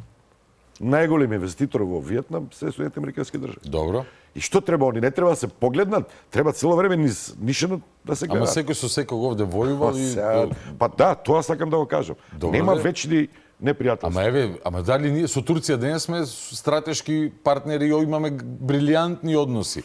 Без оглед на нивното присуство беше на Балканот во период од 5 века, односно без оглед на османлиското робство. Затоа што денес тој не ми вика ти не постоиш. Не ми вика јас сакам тебе да ти променам, не знам, личен опис. Нити јас не му го викам тоа. Тоа прави помалку вреден човек тебе. Што значи вреден Ако човек? некој те негира или вреден не знам човек, што. Не, како личност, како кариера, како новинар, како човек. Добро. Дај малку поголема самодоверба. Не треба никој на мене да ми каже кој сум, што сум. Јас Ама самиот зошто ако не- мислиш дека тоа е Еве, недостаток земи вака, на самодоверба? Босна и Херцеговина отиде на светско првенство. Зошто ми Таа ала да малодушност ме нервира. Ако они беа малодушни, ако нема самодоверба, една Италија, 4-кратен светски првак, речат, она ФИФА ќе... Светот не е толку нефер. Сепак, еве, ни стои пример, дозволи една... Инаку немаше да дозволат Босна да припари на фудбалско светско првенство, затоа што Италија носи повеќе пари, повеќе вложува, фудбалот е многу побитен таму, 4-кратен светски првак. И треба шо, да се предадеме. Знаеш, мене тоа многу пати... па ете да не се предадеме. Со Данска играме и Данска е многу појака од нас. Шо бараме таму, супер, шо... одлично. Па за исто зборуваме бе Столе. Ама не ми треба на мене некој да ми каже, јас ќе го покажам тоа на терен. Реално, ние да се развиваме, Македонија да биде успешна. Она што ти го викаш е да имаме самодоверба и да не играме со Италија како Босна, да речеме, јас знам колку добро знам да играм фудбал, нема да играм со Италија, нема да играм со Италија. Ќе се трудам, ќе бидам, браво. За тоа зборуваме дека треба да се трудиме и да бидеме. Маријан? Јас околу ова прашање само едно ќе кажам. Ние на меѓународен план, по меѓународно јавно право, по меѓународни принципи, стандардни правила, имаме неприкосновена, незастарувачка пресуда дека Грција нема право да стопира Македонија на 11 декември 2011 година во судот за правда во Хаг. 15 за, 1 воздржан судија од 16 судија. Тоа ни овозможи преку 2/3 од светското генерално собрание на Обединетите нации да не признаат под уставното име Република Македонија. Тоа ни овозможи. Пазете. 134 тоа е напор, мислам дека тоа е беше. играње на Апсолутно, зелениот да. терен. 134 се 2/3. И не само тоа, 3 држави, членки на Советот за безбедност, Соединетите американски држави, за нас најважно, као стратешки партнер. Кина, Народна република Кина и Русија, тројца члени на Советот за безбедност не признаа како Република Македонија. И четврта работа, Турција во фуснота во НАТО, сите други беа против и покрај 19 мапови акциони планови викаше дека за нас тоа е Македонија. Сега, кога имате таква позиција, еве јас сум бил дел од влада која што преговарала со Симитис, како што Турција преговарала со Грција, Ататурк и Венизелос, дека Елада не може да биде името на Грција, па тие го земаат името... Да, Елада. Ама они само ја викаат Юнанистан. Не, вака, они сами ја викаат. Така. А вака сега грците... Па и албанците ги викаат Арнаутлак, односно... Не, ама вака сега. Не ги Грција викаат има Албанија. на дресот кога игра по нивниот устав, нели се, Хеленик Репаблик и им пишува Елас, така? Елас, да. Елас им пишува. Елас. Таа формула, Они имаат ние три сме имена. разговарале со Симитис. Сме разговарале. Без да има уставни промени. Без некој да го проблематизира македонското прашање дали си македонец или си северно македонец.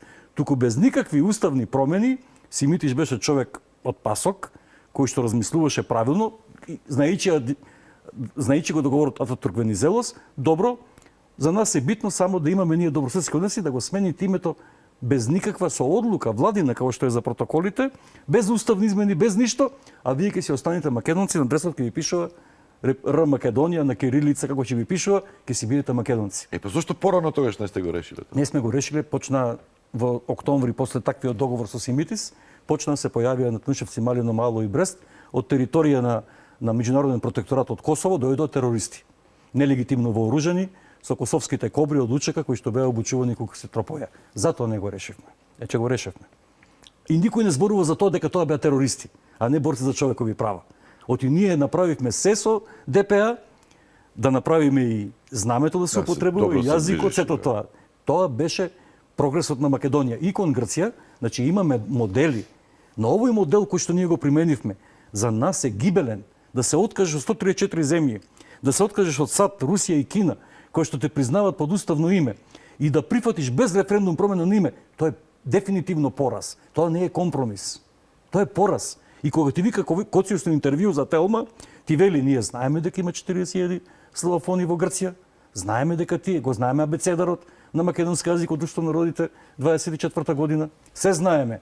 Ако е тоа така, компромисот е, да, дајте го абецедарот, печатате го за тие 40.000 славофони, нека учат оние преку виножитото, Рейнбоу, Павле Воскопулус, Анастас Паризис, Христос Јурукис, нека работат на тоа дека во тие луѓе покрај грчкиот ќе учат и на својот мајчин македонски јазик кој што постои во соседната држава. Тоа е компромисот, Столе.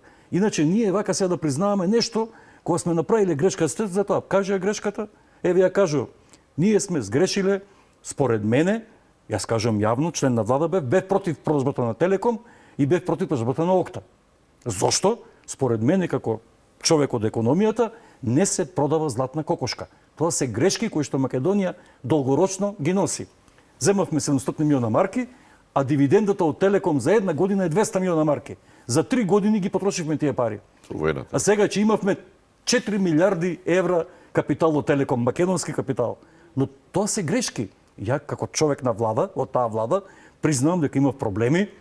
Бев сменет од директор на Агенција за приватизација, затоа што имав јасни ставови како треба да оди македонската приватизација. Златна кокошка, според мене, не се продава. Ни водите македонски, ни горите, ни Телеком, ни СМ не треба да се продаде, затоа што Ева да не се продаде. Зашто Ева не се често не го продадат како државна компанија? Зошто Дојче Телеком е државна компанија?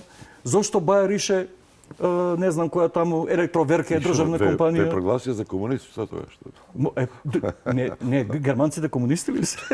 Или Вили Бранте социјалдемократа или Хелмут Шмидт? 3 минути до крај. Тоа го кажувам, значи, едноставно се тоа е согласувам, мојата... го ценам многу и го поздравувам тоа мислење. 3 минути до крај, сакам Столе да го злоупотребам тоа што е тука во телевизијата што ќе биде ослободена според зборовите на царот ослободител Венко Филипче. Како се чувствуваш во неслободнава Алфа? Во неслободната Алфа? Па според Филипче неслободната. Ваков став, малку треба да внимаваме ние на речникот новинарите треба да внимаваме. Јас како политичар, ако бидам и како партија, не би се кладал никогаш да кога се влегува во конфликт со медиуми дека може да испадне кар политичката партија или некој политичар. Тоа му случуваше на Груевски, која викаше не гледате А1 телевизија и не знам, може би мислат дека со тој и таков наратив ќе постигнат нешто на политичка сцена. Јас кажав дека кавга со новинари никош не се исплати. Тоа го покажува и историјата наназад. И сакам уште една друга работа да наметлам, малку и само критика и за тебе и за мене. Новинарските слободи за мене се највисоко, највредно нешто. И политичарите треба да го имат во предвид тоа дека нивниот праг на толеранција од страна новинарите е многу повисок, затоа што се јавни личности. Многу помалку штета може да им направат новинарите, отколку они со таа моќ и со тие пари што ги имаат да одлучуваат, да решаваат, можат штета да направат и на државата, и на граѓаните, и на општеството и така натаму. Од тој аспект, секој напад на медиум и жестока реторика не ми се прифатливи, но како член на ЗНМ и како новинарската фела, треба и малку и ние да бидеме самокритични и да зборуваме и за кукојот, за троскотот во нашите редови, дали некојаш не претеруваме, дали некојаш не ги поменуваме границите на слободата, затоа што слободата постои, се века не ја загрози слободата на некој друг. Така е. Тоа е моето размислување. Ти благодарам. Инаку, поканувам околу црниот наратив, таа пропаганда, сега се да тоа си го избра, мислат дека можеби тоа ќе им донесе резултат, како што на ВМРО, кој што исклучиво настапуваше амблок, одбиваше се живо и користеше термини од типот апартхейд, албанизација и така натаму, тоа му донесе на ВМРО ДПМН резултат на изборите, поделено општество, билдање на страови и така натаму. Може би СДС мисли дека тоа ќе му донесе резултат, макар што има и поинакви примери. Во Унгарија, тоа што како ептен црн наратив и напади Арт Хоминен го правеше за Маđар, не му донесе никаков резултат, напротив, уште повеќе ги мобилизираше. Но за се Маđар треба контекст, бидејќи контекстот е клучен. Но, еве, отворена покана во некоја следна прилика да направиме и новинарска емисија со повеќе колеги во кој што може да зборуваме за се што сакате во ова се уште не ослободено од Филипче телевизија. Ви благодарам многу на вечерашното гостување. Инаку само за крај индикативно на 19 април е дадена таа изјава, на истиот ден кога пред 85 години некои други дојдоа да ослободуваат Македонија, па јас мислам дека исто ќе поминат сите ослободители. Завршуваме, морам. Сарказмот е цинизмот, како го нарече. Да, тоа е мојата слобода и ќе ја користам, особено против оние кои што сака да ограничат. Ако такво нешто Филип ќе да каже се за нарекувам македонец во земја што се вика Македонија. Тоа е врвната слобода. Столе Наумов, Маријан Ѓурчев, големо благодарам, имавме супер разговори и се гледаме во следна прилика. Ви благодарам и вас што останавте со нас до самиот крај, до следното гледање утре по 22:30 стандардната процедура. Гледајте, слушајте, размислувајте, анализирајте, излекувајте сопствени заклучоци. Добра ноќ Македонија, главата горе.